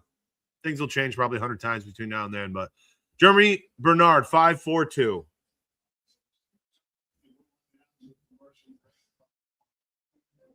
Oh, of course. Commercial break. Right before Branch. Yep. Right before Branch. Dexter says, Skylar Bell reminds me of Diggs. Yeah. I agree with that. Strong catch. Strong hands, right? Strong catcher of the football, for sure.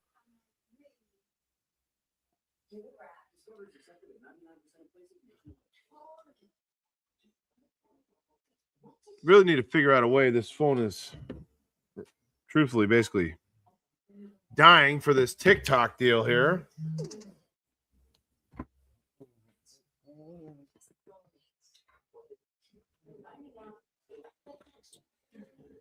How will this work? Is there another one? It's not.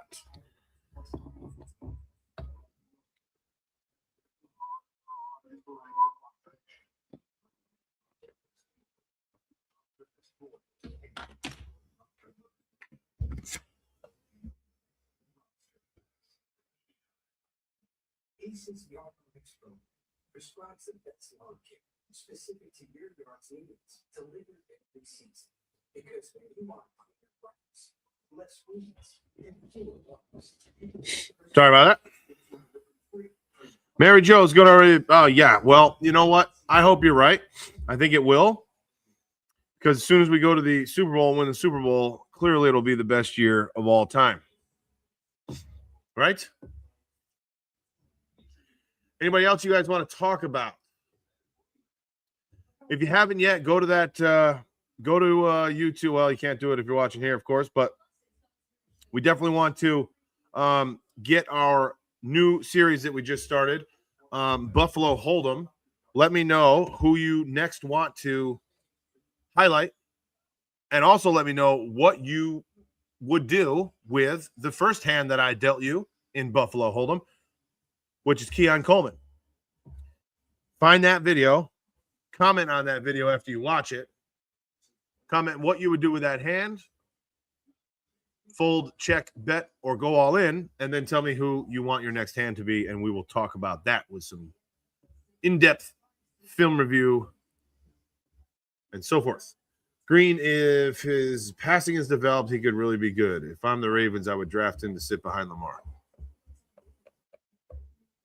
Now, that will the Ravens want to continue, because I'm assuming, just based on these numbers, I don't know much about him, but I'm assuming that he is a mobile quarterback like that of Lamar Jackson. Is that what the Ravens are going to want to continue to do? Or the route? Okay, Zachariah Branch from Georgia, 4.42. Not bad. Not bad, but for a smaller guy. Here's Chris Brazell from Tennessee, 4.37. It's a good number. Really good number. I think he's got more, Brazell. I think he's got more. But back to Taylor Green. Are the Ravens going to want to continue to have a mobile quarterback, or are they going to want more of a pocket passer? Justin says, who's running?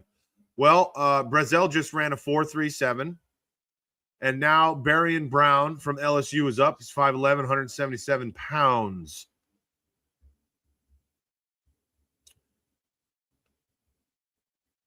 Deion Burks, Jeff Caldwell, Kevin Coleman Jr.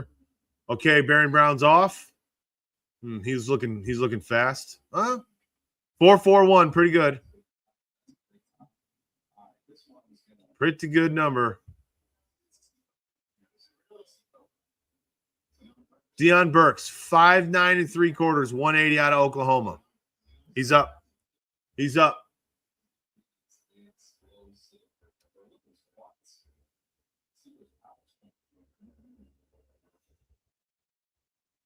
$5'9", 180. Brokenhearted says, I hope we ace our picks this year. You and me both. Here we go. Deion Burks is off. Man is moving. Man is moving. 4.33. I think that's the fastest wide receiver time thus far. Yes. Brazell was fastest at 4.37. Now Burks just went, overtook it, 4.33.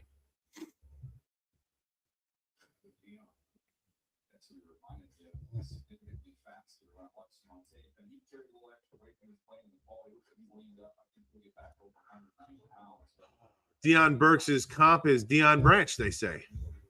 Well, yeah, pretty close to the same size. Brokenhearted. I got you up here on YouTube, but I'm going to say it. Chris Brazell, 6'4", 198. Jeff Caldwell from Cincinnati is 4.32. Wow. So now 4.32 is ahead of the wide receivers. Everybody's just getting faster now. Getting faster.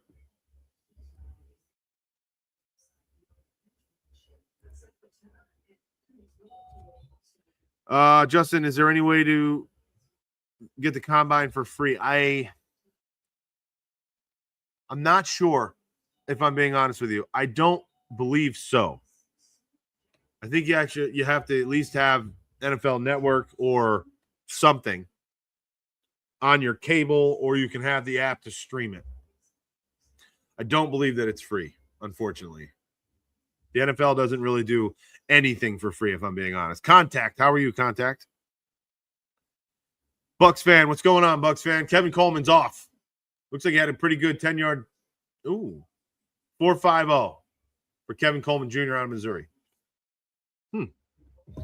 Looked like he was moving a little bit quicker than that to me. Here we go. Here's a big name, peoples.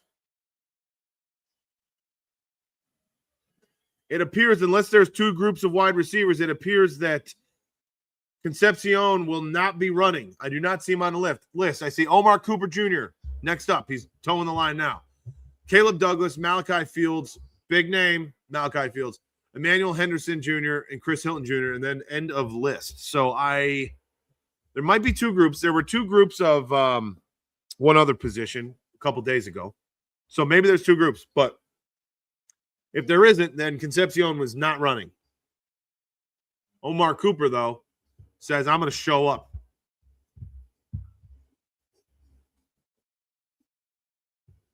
Oh, 4.47. I know that's a bad run for a big body guy like that. Omar Cooper, 4.47. That's something to think. Something to talk about. Because Omar Cooper Jr. is a tough dude, strong dude. Let's pull him up, actually. Caleb Douglas out of Texas Tech, 6'3.5", 206 is about to run.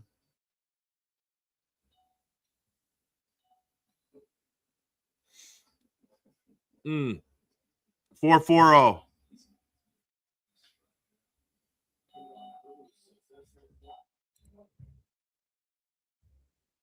Bill's on top. No, I don't see Denzel Boston either. That's my point. He might not be running.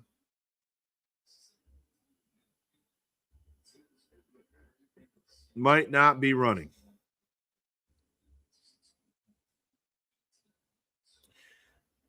Didn't we just see Omar run a 4? Oh, he's not updated yet. Yeah, Denzel. A lot of these guys, Omar or Buffalo. Here's Malachi Fields, Notre Dame, 4.62. Not good. I don't think that's good for Malachi because they're throwing his name around for a Buffalo Bill first rounder as well. Okay. First run of the first batch of wide receivers, people. So we do have another batch. So hopefully we'll get these names that we're talking about, like Concepcion and Boston.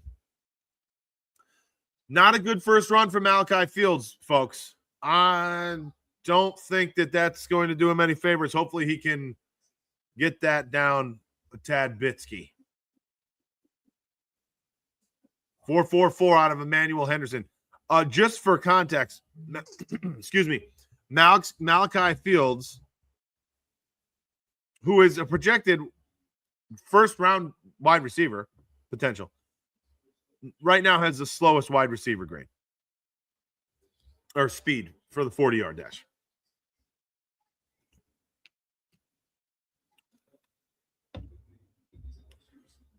Athleticism is an 81. 38 vert, 10'4" broad jump. Chris Hilton Jr., 4.41 out of LSU.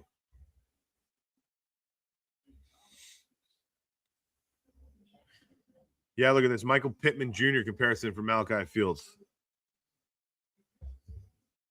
Productive wide receiver 2 in time. Elite blend of size, strength, and high point talent.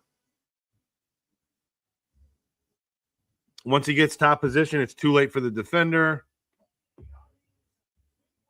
All right, so none of his strengths. Here's his weaknesses. Speed is more build up than run by. Okay. Route tree will come with fewer branches. Lacks foot quickness to add yards after short throws. Below average scrambling to uncover on extended plays. Ooh, that's something to think about. with Josh Allen being so good at scrambling and extending plays, I'm actually hoping that Keon Coleman can turn into that guy. I don't think we have that guy, to be quite frank. The Buffalo Bills don't. And actually, I have some film out there of Keon Coleman not being that guy last year, not doing what I felt that he should and could have to help his own dang case and to help the Buffalo Bills. But such is life.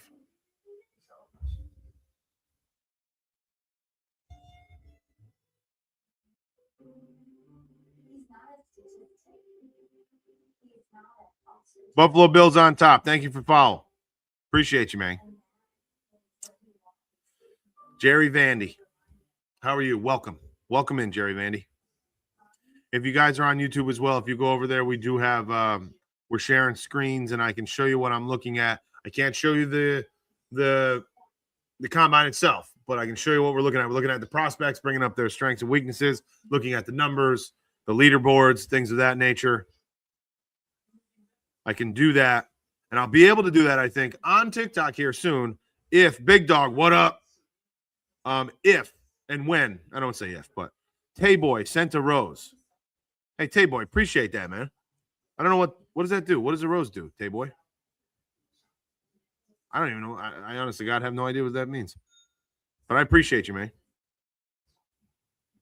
Rose, right? Tay Boy, just now. Rose, gifts recorded. Appreciate you, man. I really have no idea what that means. Buffalo Bills on top says gives you money. Tay Boy, you just gave me money, bro? Well, how did you give me money? I'm not understanding, but I really appreciate it. Seriously, that means a lot. If you actually just gave me money. I mean, how the hell do I turn a digital rose into money, though? I guess I'll have to figure that out. I appreciate it. Thank you. Really. You didn't need to do that. Thank you. By the rose. Keon Coleman. All right. Broken Hearted said Keon Coleman's biggest problem is his maturity. I seen him take unbelievable. I know. I'm with you. And I went into that quite a bit. Vinny Anthony, second run from Wisconsin, 4.54, beating his first run of 4.58. Good for him.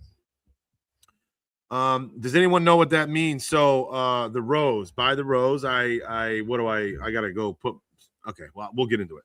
Anyway, Tay Boy, you're the man. Appreciate you, guy. Fastest person today, Big Dog. Who? Fastest person today was the receiver that just went. Oh boy. Give me a moment. I'll get right back to it. It's a 4.32. Jeff Caldwell, excuse me. Yep, out of Cincinnati. Today.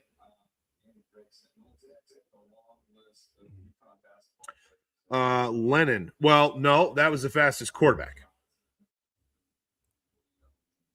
With a 4.37. That was earlier.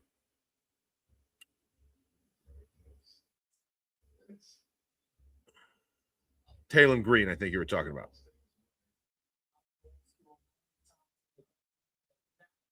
All right, Skylar Bell ran a 4.4 his first go round. Where we were wide receivers now, so let's get this up back. Okay. He did. Buffalo Bills on top. You're not kidding. He absolutely destroyed this combine, did Taylor Green, sorry. Like, if anybody can do anything to up his stock so far, the man did silly things.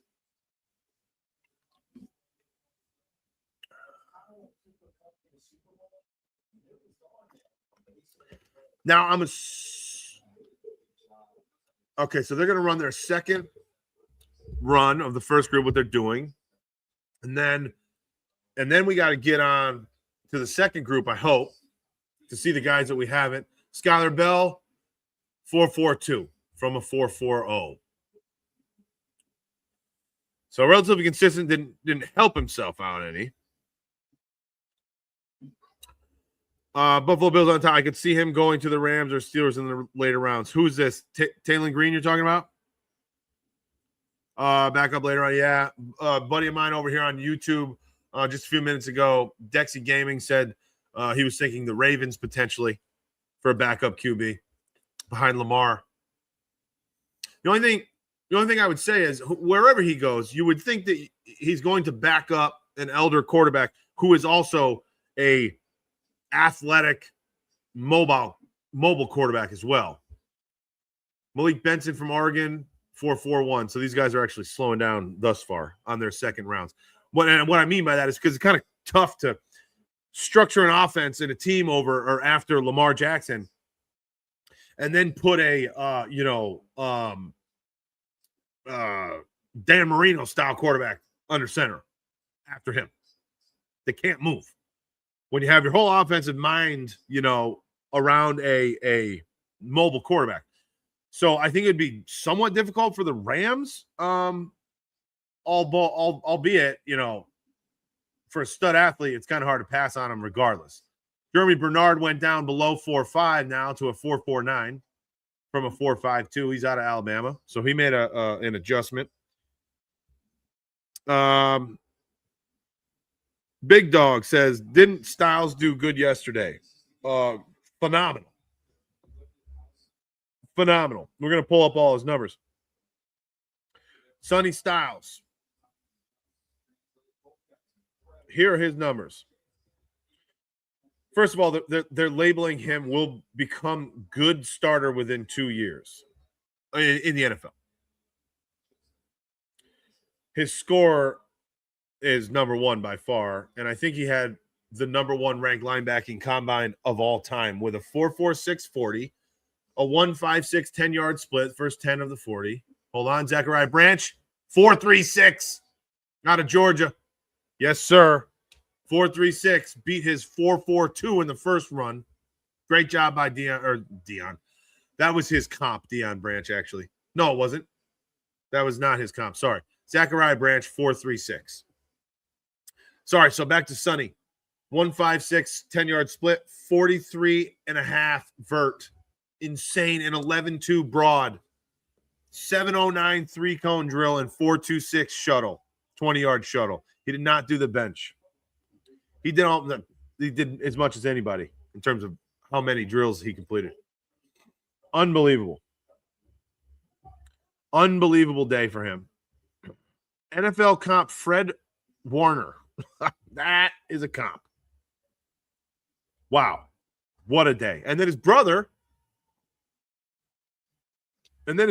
gets out there and runs the fastest at the time. Hold on. Lorenzo, 4.27, which is actually still the fastest of the whole week.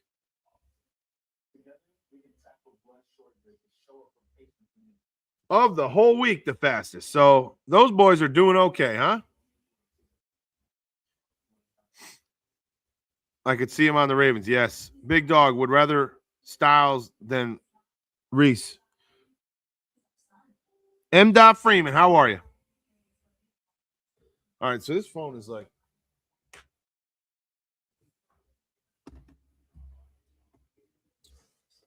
really kind of shit in the bed here. Now I'm going to try to do something.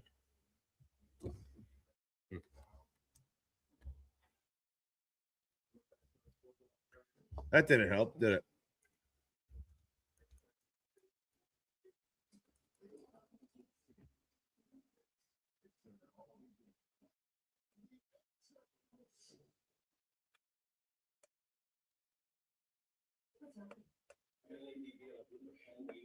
All right, so that didn't do much of anything either. So bear with me. I'm trying to plug this phone in for the live so I can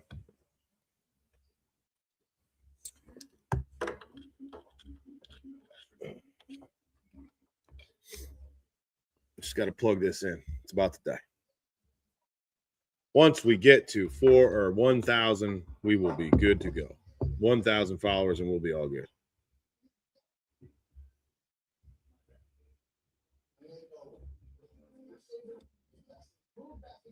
How are we going to set that up there?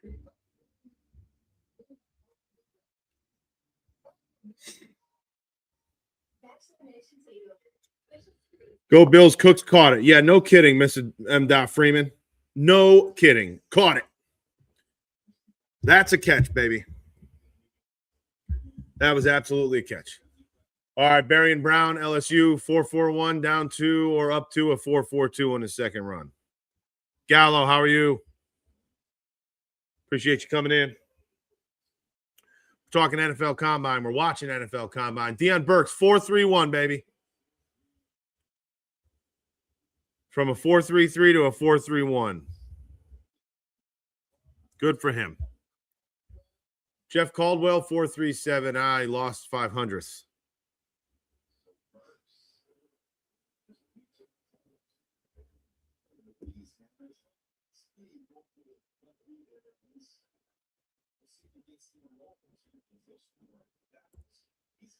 Wow, Dexy Gaming. Is this, did you just see this on X or something, Dexy?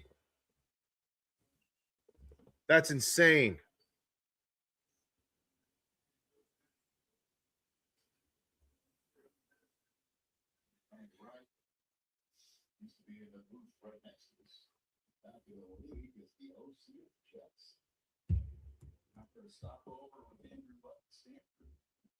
Sorry.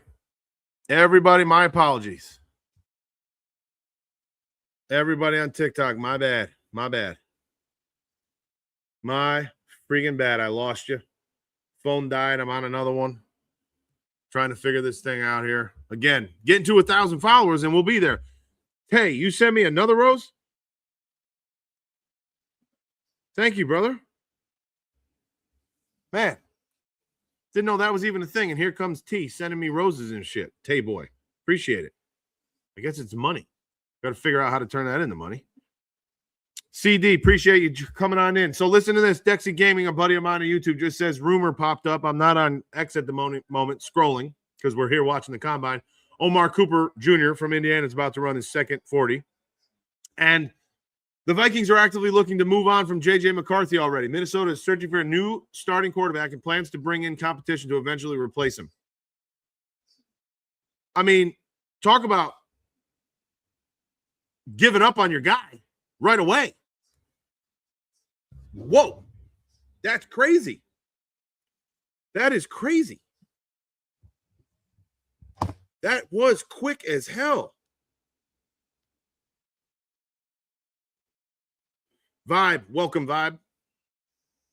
Burrow Light, baby. Here comes Omar Cooper Jr. 4-4-3. Down from a 4-4-7. For a receiver like that, who's not, he's not just a speed demon. I think it's a good number. I think that's a good run for him. Good run for Omar Cooper. I'm going to pull this up here. We got to find this.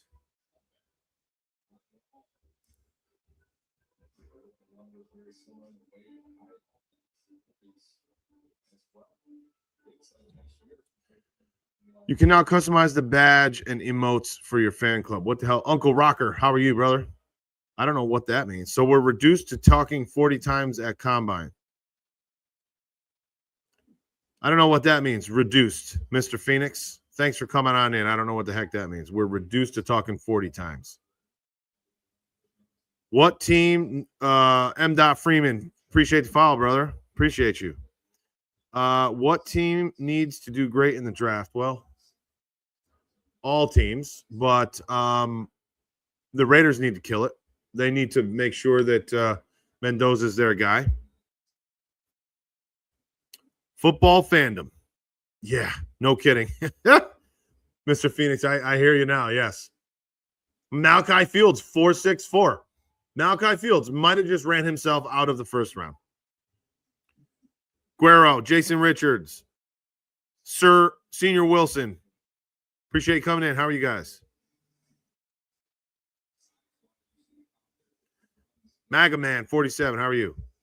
Yeah, so we have gone to watching and talking about 40-yard dash times in a dome with football not being played, to Mr. Phoenix's point. Mike, how are you?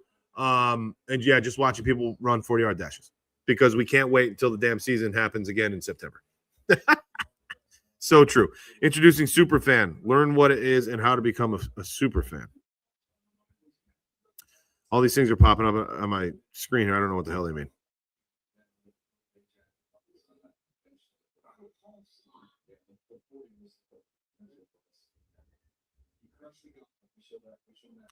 Dexy buddy here says Fields was always a third rounder, maybe second round if he ran fast, but clearly didn't.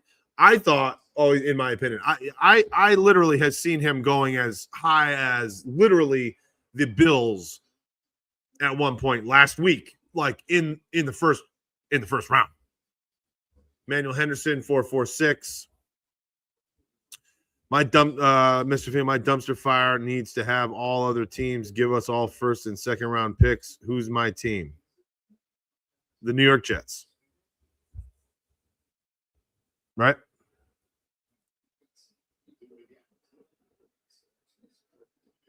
Aiden, I thought Trump said no new wars. What happened with that? Unfortunately, Aiden, not politics in here. Sorry. We're not talking politics, please. I don't want to get into that here. I'm sure everyone has their takes on things, but on this channel, we're just talking football and sports. Arizona Cardinals. Sure. So are you going to find a Russ? How are you? Appreciate you coming in, Russ. Bentley, welcome. Are the Arizona Cardinals going to find a trade partner for your quarterback is the question. What do you think, Mr. Phoenix? Davi, welcome.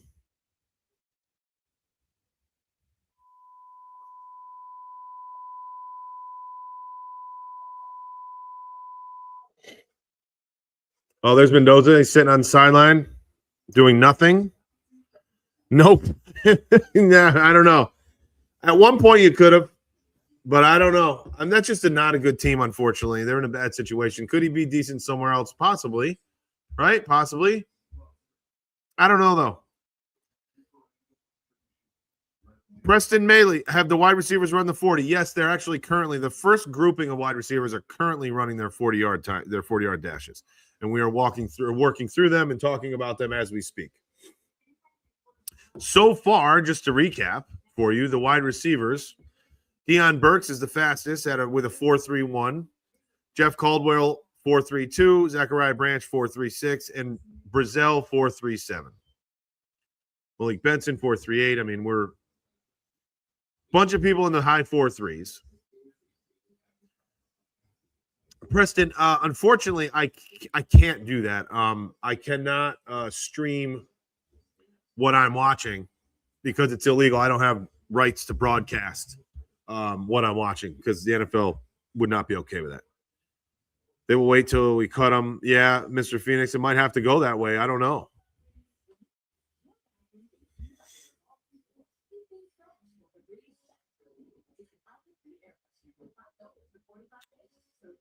Matt, how are you? Peter, welcome. Appreciate you coming in. Mr. Phoenix, we should rebrand the franchise Phoenix Firebirds. Rise from dumpster fire ashes. Oh, boy. Oh, boy. You're a frustrated fan of the Arizona Cardinals. I understand.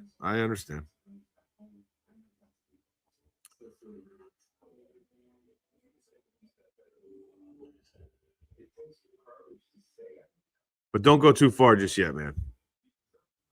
Don't let it get you too bad. You know what I mean?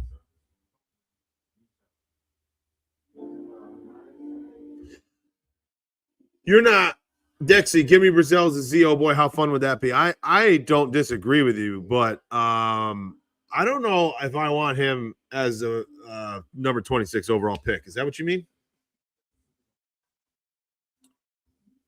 Aldo Shiesty, I cannot. I'm sorry, I cannot. It's illegal for me to do that. Where do you think Richardson goes? Big dog. What Richardson are we talking about? Wake the Lions. Go Bills. Go Bills, baby. Go Bills. Do you think the Bills trade A.J. Brown or Jettas? I think that the Bills are going to make a move for a wide receiver in the trade game. I really, really do. Okay, Dexy, yeah. Yeah. If they don't give that away for something, then yes. I agree with that. I'll take that for sure. If we can get Thieneman first. I think the Bills are absolutely going to make a play for somebody or make a splash. Will it be A.J. Brown? I honestly, personally hope not, but it could be. Oh, there's a second. There's KC Concepcion. Yeah, he's a second group. They're getting ready to run their 40s. Anyway, Jay Jettas, I just think he's too expensive. I don't think that they'll be able to pull that off. Colts QB. Oh, I thought you were talking about Big Dog. I thought you were talking about somebody in the draft.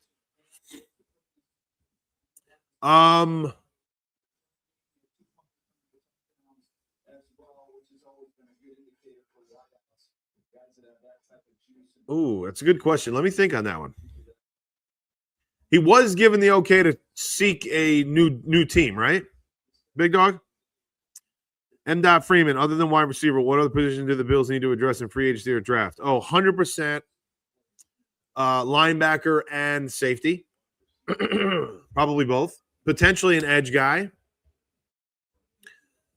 And depending on what they can do with McGovern and Edwards, I mean, depends on what kind of trust they have with Van Penn Granger and Alec Anderson, of course. Possibly offensive line, but definitely dogs on defense is my main goal with a couple of strong wide receiver pieces. Please no A.J. Brown, wake the Lions. I agree with you. Where do you watch it? Okay, I'm watching right now on the NFL Network at home. You can also, I think, stream it from the NFL app, and you can stream that at any moment. Shannon, what do you think the chances of the Patriots getting A.J. Brown? I think that why not? Just especially if Stefon Diggs goes. I do. But just remember, A.J. Brown is going to be a whiny, I need the ball immediately. So as long as you're okay with allowing Drake May to be in that situation, you guys need wide receivers as well. Mr. Phoenix, why did Coyotes get named? What did Coyotes get named in SLC? Salty Dogs would have been perfect. Big Dog One says Pittsburgh. Oh, you think Richardson goes to Pittsburgh?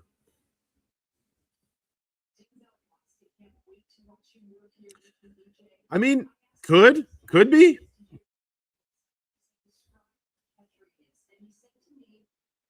Wide receivers are getting warm now, catching some balls. Denzel Boston, this is warm-ups, but he just dropped the football. Def Cards or Vikings. Def Cards or Vikings for what now? Buffalo Bills on top. Are you talking about Anthony Richardson?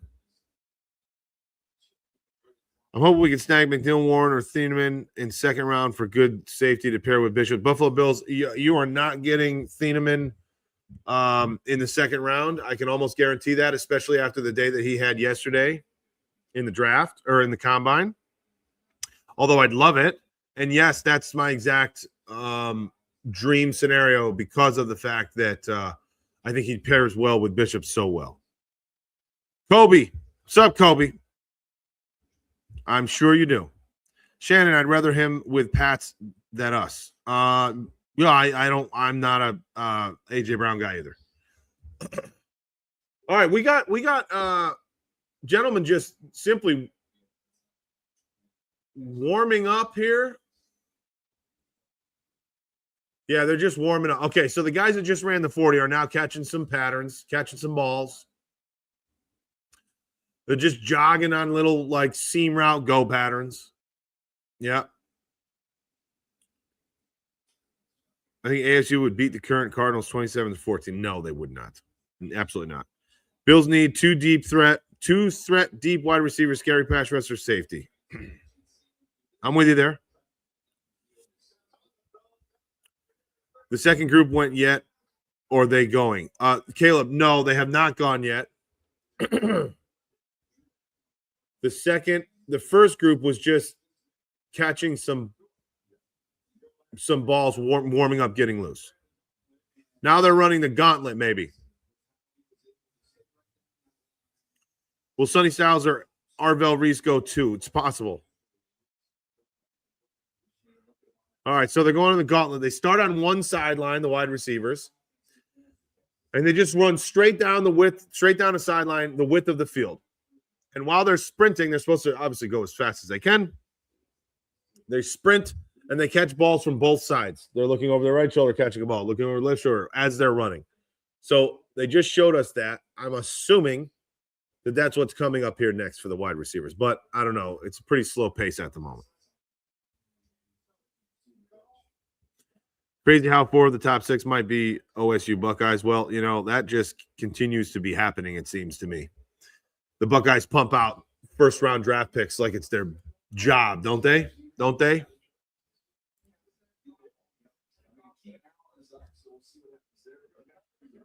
Well, Sonny Styles, we just talked about. I want Concepcion. I'm with you. I like him as well. Where do you think Simpson goes? That's a good question, and I think that mid, maybe mid, in my opinion. Crazy how 4. Okay, I think some Devils will win the Natty in the next 5. Oh, maybe, Mr. Phoenix, but that does not, in my opinion, does not mean that they beat the Arizona Cardinals. No way are the Arizona State football team beating the Arizona Cardinals. No chance. Just got number 2. Okay. Cool. What's going on? Appreciate you. All right, let me put this down. All right, here we go. Gauntlet. Aaron Anderson, LSU, gauntlet. Ball thrown behind him. He's moving quick. On that last catch, they then cut it up the sideline. Here's Dylan Bell.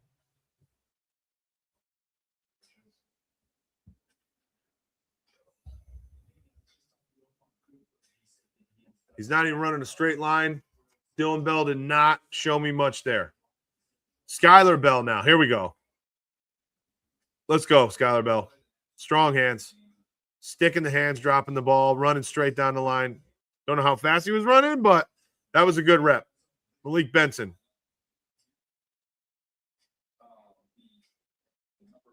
Catching out in front of him. A little hitch, slow down when he catches the ball. Jeremy Bernard. Strong hands here. Ooh. Kind of dropped the last one, but it was more so like lack of concentration. Denzel Boston. He's running the gauntlet, so Denzel Boston might just not be doing the 40 time. Boston just straight up dropped the 4th gauntlet pass. All right, so they're on to the gauntlet. Those that it didn't, I guess Concepcion maybe won't be running the 40, folks. I thought they told us that there was 2 groups of the 40, but they're not really following suit with what they're saying. They're on to the next thing. Denzel Boston is running the gauntlet.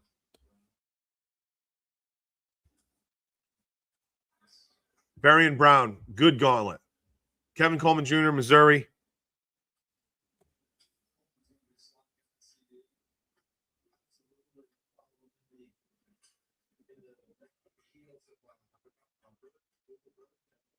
Eric W. says, go Lions again.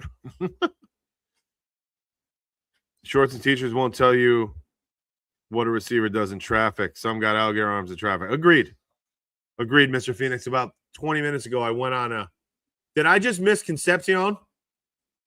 No.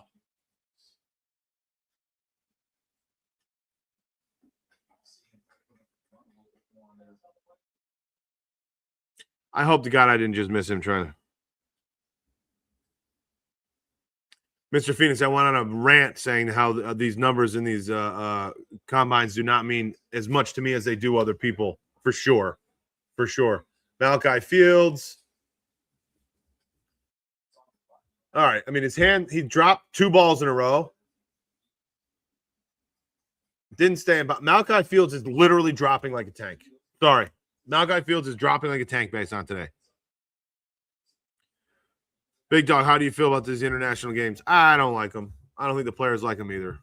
I think it was cool for a second, for a couple minutes maybe, but the international games are not. I don't like them. I'm not a huge fan. But I also don't get paid by the international football games and the money that they bring. Jordan Hudson, yeah. So these guys are just simply not. They're done with the 40s.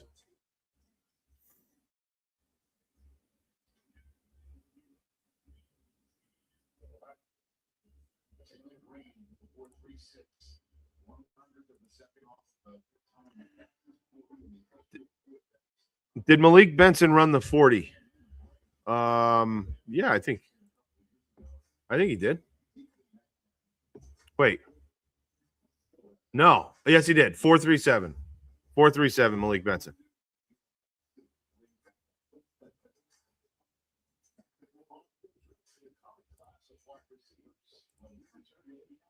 On-field drill, current class of wide receivers. Yeah, they're really, even the broadcast right now is kind of messing this up.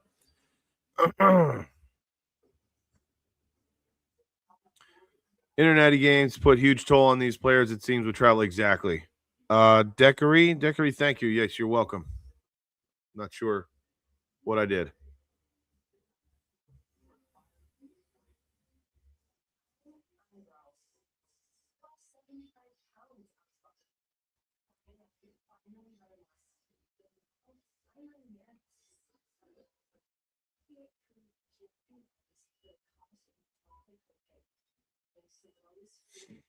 Casey Concepcion, they're comping him to Doug Baldwin. Now, for those of you that remember Doug Baldwin was an absolute beast. An absolute freaking beast for the Seattle Seahawks. So if we could get someone like Concepcion who is comped to Doug Baldwin, then consider me a happy man, because he was a freak. And he did stupid things for that team and for Russell Wilson. Stupid things. You think Pickens re-signed with Cowboys, and how much? Well, Pickens, I think, just got franchise tagged. Unrestricted, but franchise tag. So that's 28, I believe, million for him, fully guaranteed, at least. And another team, or maybe it was 38 million. Might even been 38. And another team can match it, but then if they match that, the Cowboys then receive 2 first-round picks as well. Here we go. Ideal draft. Dylan Thieneman, round 1, Dexy says. Chris Brazzell, round 2. Malachi Lawrence, edge, yeah? Okay, out of round 3. Billy Schrauth, round 4. Okay, so in this case, I'm assuming that David Edwards is gone. He's a left guard. Aiden Fisher, linebacker, 5. Okay, Damani Jackson, 7, cornerback. And then Brett Thorson, also round 7 as a punter.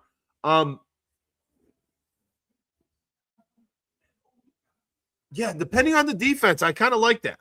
Depending on the defense. And I say that because if he wants to go heavy linebackers, we might need a little bit more addressing of the linebacker. You know what I'm saying?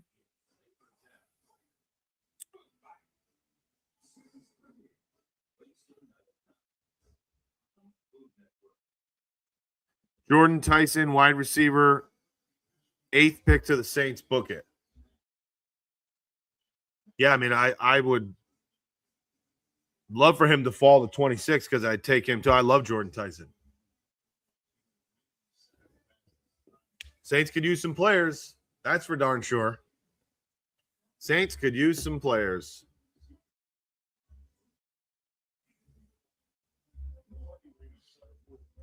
I'm trying to find out here what is going on, because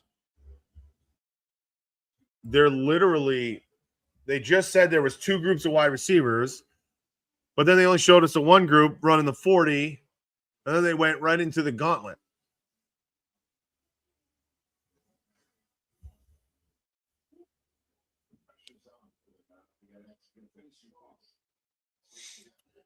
I don't know. I don't know how that works. I don't know what they're doing over there, but I think Fisher will bring in 2 linebackers to fill it. What about your boy, Leo Chenal from Kansas City? That'd be a great signing. March 11th, day one. Day one. Chenal, come on over, baby.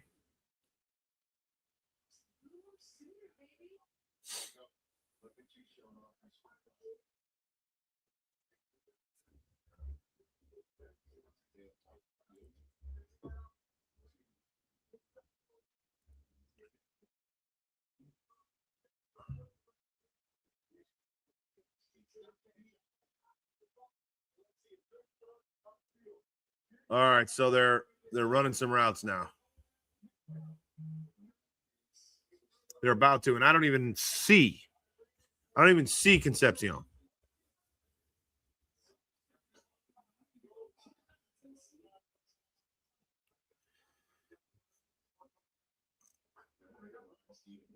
Wow, I'm missing a lot of that. What's up? I'm back, Bills Mafia. Tay boy. Tay boy's back, baby. Oh, they're back to the quarterbacks now running their slants. We're back. Okay, Carson Beck. Carson Beck is getting booed by Indiana because they played him late in the year from Miami. Jalen Daniels.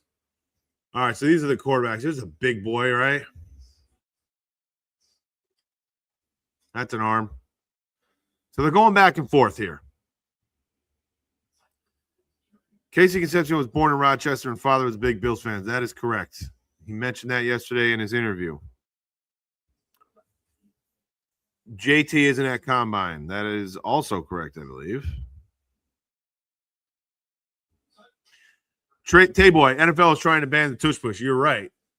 Well, yeah, the other franchises were trying to ban it, if that's what you mean, right? I think they've even had it up to a vote. They were trying to get it pushed out of there, and now this year nobody voted against it. I think it was literally 0.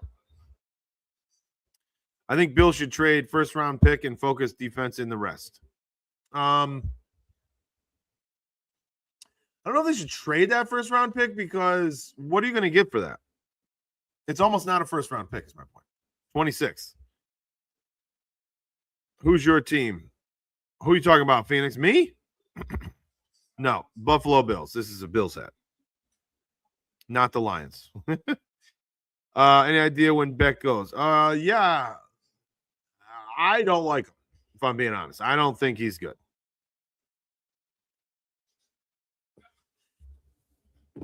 But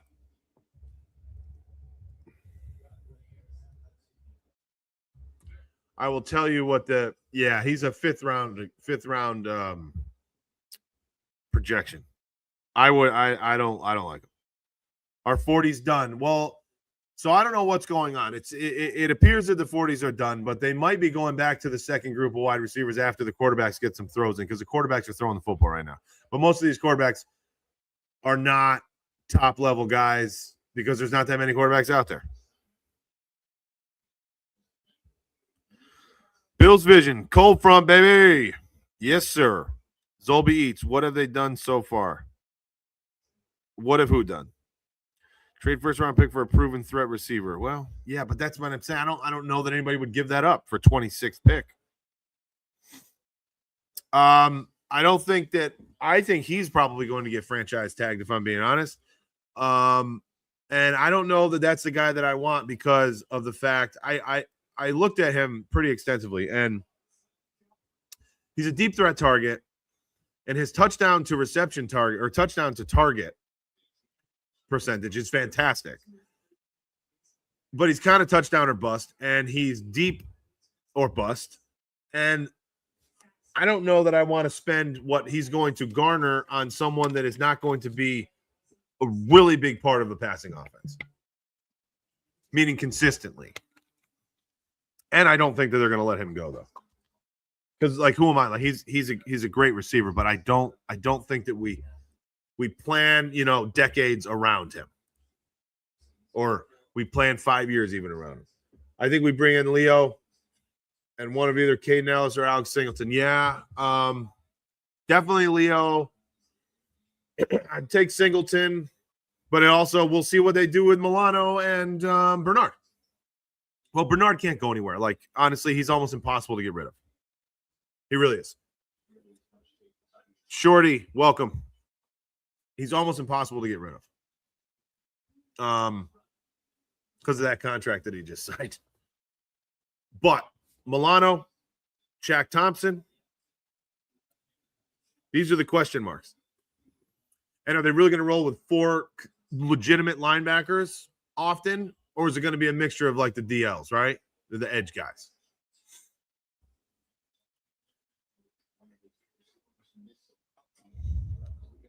And we do have, you know, the young dudes as well, the Buffalo natives. The Buffalo natives. So I don't know. I really think Chanel's a great pickup there, though. If they can make that happen. Why not, right? Bernard has been washed this year. I'm agreeing. I'm agreeing with you. Yes, exactly, Broken Hearted. That's a great point.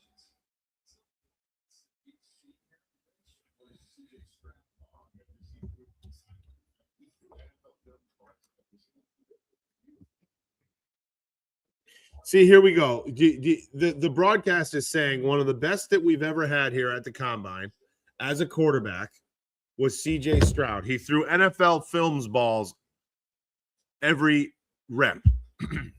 CJ Stroud is not the epitome of an NFL quarterback. CJ Stroud had one of the worst playoffs of any quarterback ever this year. He couldn't do a dang thing. Hence, dry reps with no pads, no defense is not everything. It's something, it's not everything. That's my opinion. Everybody follow and subscribe if you haven't already, please. As we watch the NFL Combine live, coming up onto free agency in about a week and a half, in the draft in about a month and a half. Watching these guys is fun.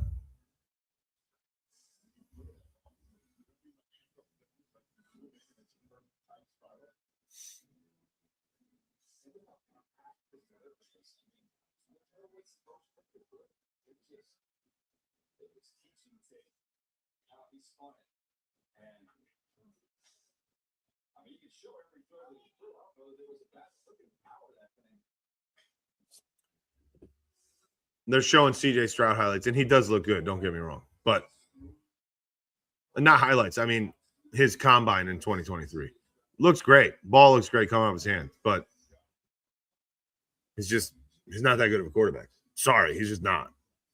Give me Leo and Caden for off ball, and Fisher and Bernard inside with backups being Jimmy Carlo, Joe Andreessen, yeah, Dorian Williams.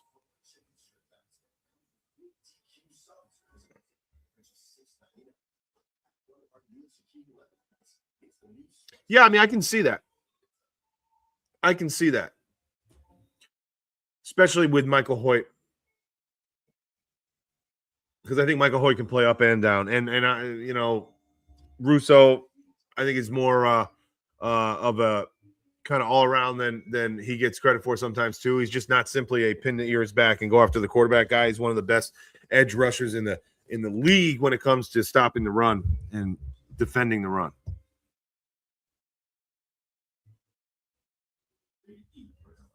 Bean needs to make some real moves or the fans are going to crucify him. Well, that's 100% true, and I think that's why he's going to make a splash in either free agency or the trade market with a wide receiver, regardless of if he even likes the guy, to be honest with you. Broken Hearted, what's your take on Joe Andreessen? I love him. I actually do. I think he's going to play. I think he's going to play much more this year. Yeah. Okay. I don't know. I gotta watch some film on him to be truthful. But I think I can see it from what I do know. Okay, Nellis? Yeah. I love those types of guys. High motor, energy, flying around dudes. That's why I like Bishop, and that's why I want Thieneman. Like, I love that style of play, and I think it's fantastic. Like, if I had to pick, I would take Hufunga. Love the way he plays. Was as big a fan as Palomalu as anybody, probably, when he was doing his thing.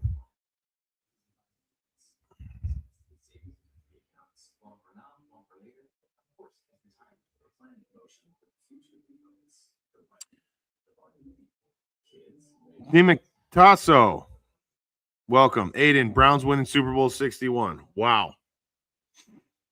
Browns are horrible, my friend. I just feel like watching other teams. Bills did not have the fire of a Seahawks. It was just a mellow FB. It's mellow. I don't know what FB means.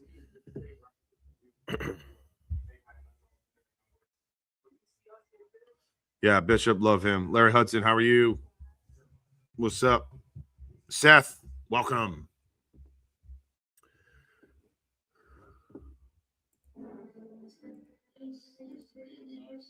We're going to see what the deal is here real quick because I really truthfully don't know. I don't understand what we're doing and where the wide receivers all are and who's doing what. I can't understand what they were doing to us here. We will know shortly, though.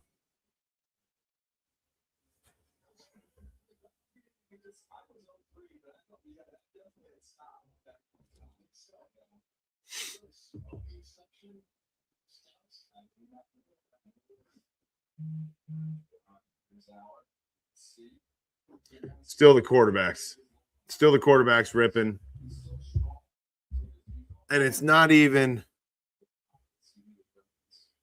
Yeah. He is long. Green, his release is not the best I've ever seen. It's not the most compact, which is real good for quarterbacks with quick release. He's real extended. I know I can't really show. He's extended on his release. I'd like to see him a little closer to his head. I only know about that releasing and throwing things. I did play minor league baseball as a pitcher, so I can talk to that pretty well. NT's don't want to bring in, so we can Roy Lopez, Curious Tonga. I like Tonga. Walker be freed up, sure. I can see it, yes. Here he is.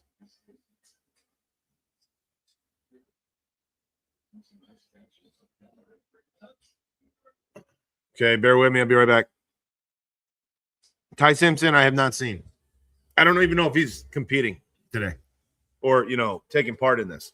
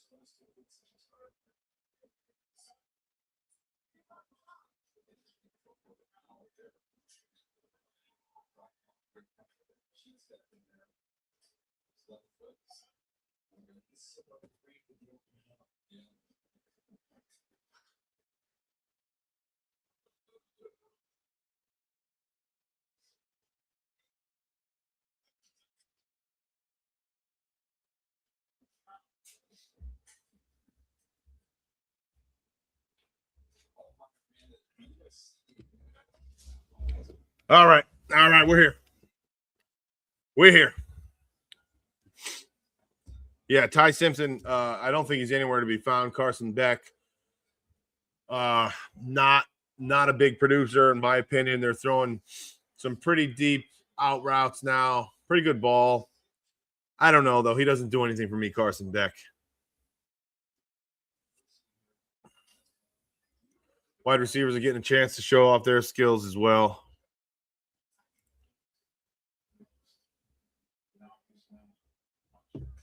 Did they? Okay, they changed that officialness.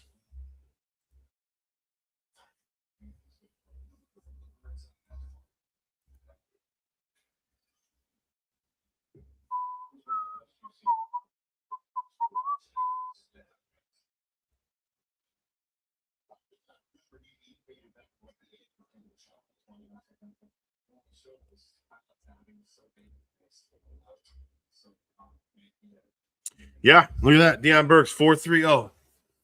4.30. Lorenzo Siles, 4.27. Haynes King, ACC Player of the Year. Oh, he's got a good arm. He just kind of spun that right there on that out. Wow.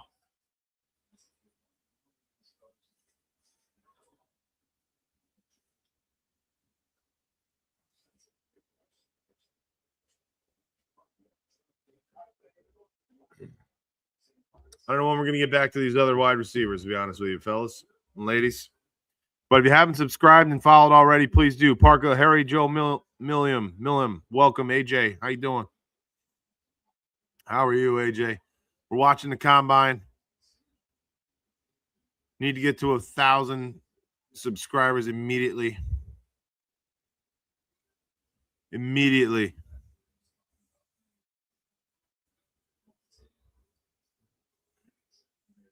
I actually need to get to 1,000 on both, but we're going to start on TikTok, and then we need to transfer over to YouTube as well, although YouTube's slowly been increasing. We were out for a week. So what times are considered to be good? I don't really know those types of stats. Well, these are the best right here of every position that's ran in all of the combine.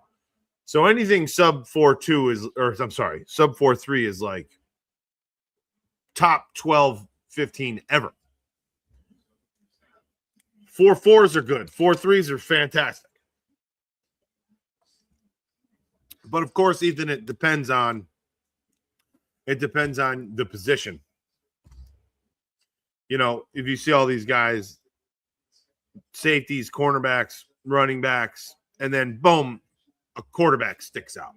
Quarterbacks are rarely in the realm of defensive backs and skill position guys.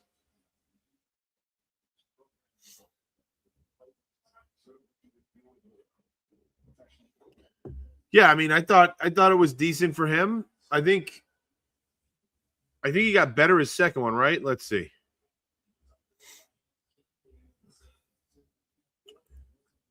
I can't remember if that was his first or his second run was the 4.42. Who is his comp? Debo. Wow. Debo Samuel? I don't know. Okay. Hey, whatever, right? Craig Carton show. Who is that? Who's the Craig Carton show? To join as a guest on TikTok.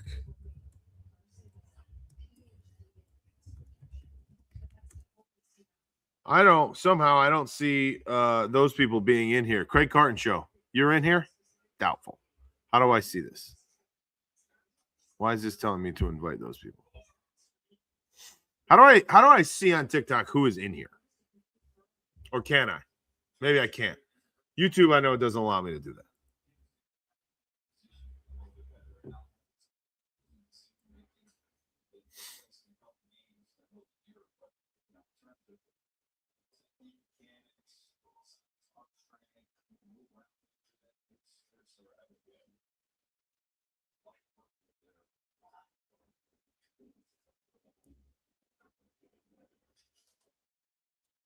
Haynes King. I don't see what's happening here, boys and girls, with these wide receivers, and I don't know when it's going to be. So I think I'm going to call it a day. Remember, it's not over. We still got section 2 of the wide receivers. I don't think there's going to be many more quarterbacks at all, if any, but they're not really doing a best job of telling us or explaining to us what's happening here as we watch. I appreciate all of you hanging with me. Remember, draft in April, free agency starts March 11th. A lot can happen, okay? Because a lot of times when trades happen, especially, draft capital is involved with trades. So if trades were to go down and it happened after the draft in April, well, then draft capital, a first-round pick, a second-round pick, well, that ain't going to do anything for anybody if that doesn't happen prior to the draft, right? So I expect the NFL, after this combine wraps up, to heat the freak up. Excuse my language. I think things are going to get going crazy, especially after free agency in another 12 days or so. Free agency starts. There's no more restrictions. Things are going to happen, and they're going to start happening fast. I think the Buffalo Bills make a splash at the wide receiver position in free agency and potentially trade. And then again, potentially in the draft. So maybe even a double or triple dip. I do feel that that's in the cards. Potential. I also think we're going to go after, and we should go after, like I said, if he's available, Dylan Thieneman for our first-round pick. He might have had too good of a day to make him even be available at 26th pick. Do I think that the Bills are going to try to trade up for anyone in particular in this draft? I actually do not. I don't think that there's anybody that's going to fill a void that is that good in this draft for the voids that the Bills have at the moment. I don't think it'd be worth giving up anything to go up. If this was a different year, potentially, maybe. That said, a lot of our positions are pretty solidified. Wide receiver, possibly an interior offensive lineman, and secondary, maybe another edge guy, or maybe another nose tackle type, one tech-ish interior, and then defensive backs. What that looks like, including the linebackers, what that looks like, we don't know. Leo Chenal could absolutely be done on March 11th. But so could the likes of Christian Kirk as a wide receiver in free agency.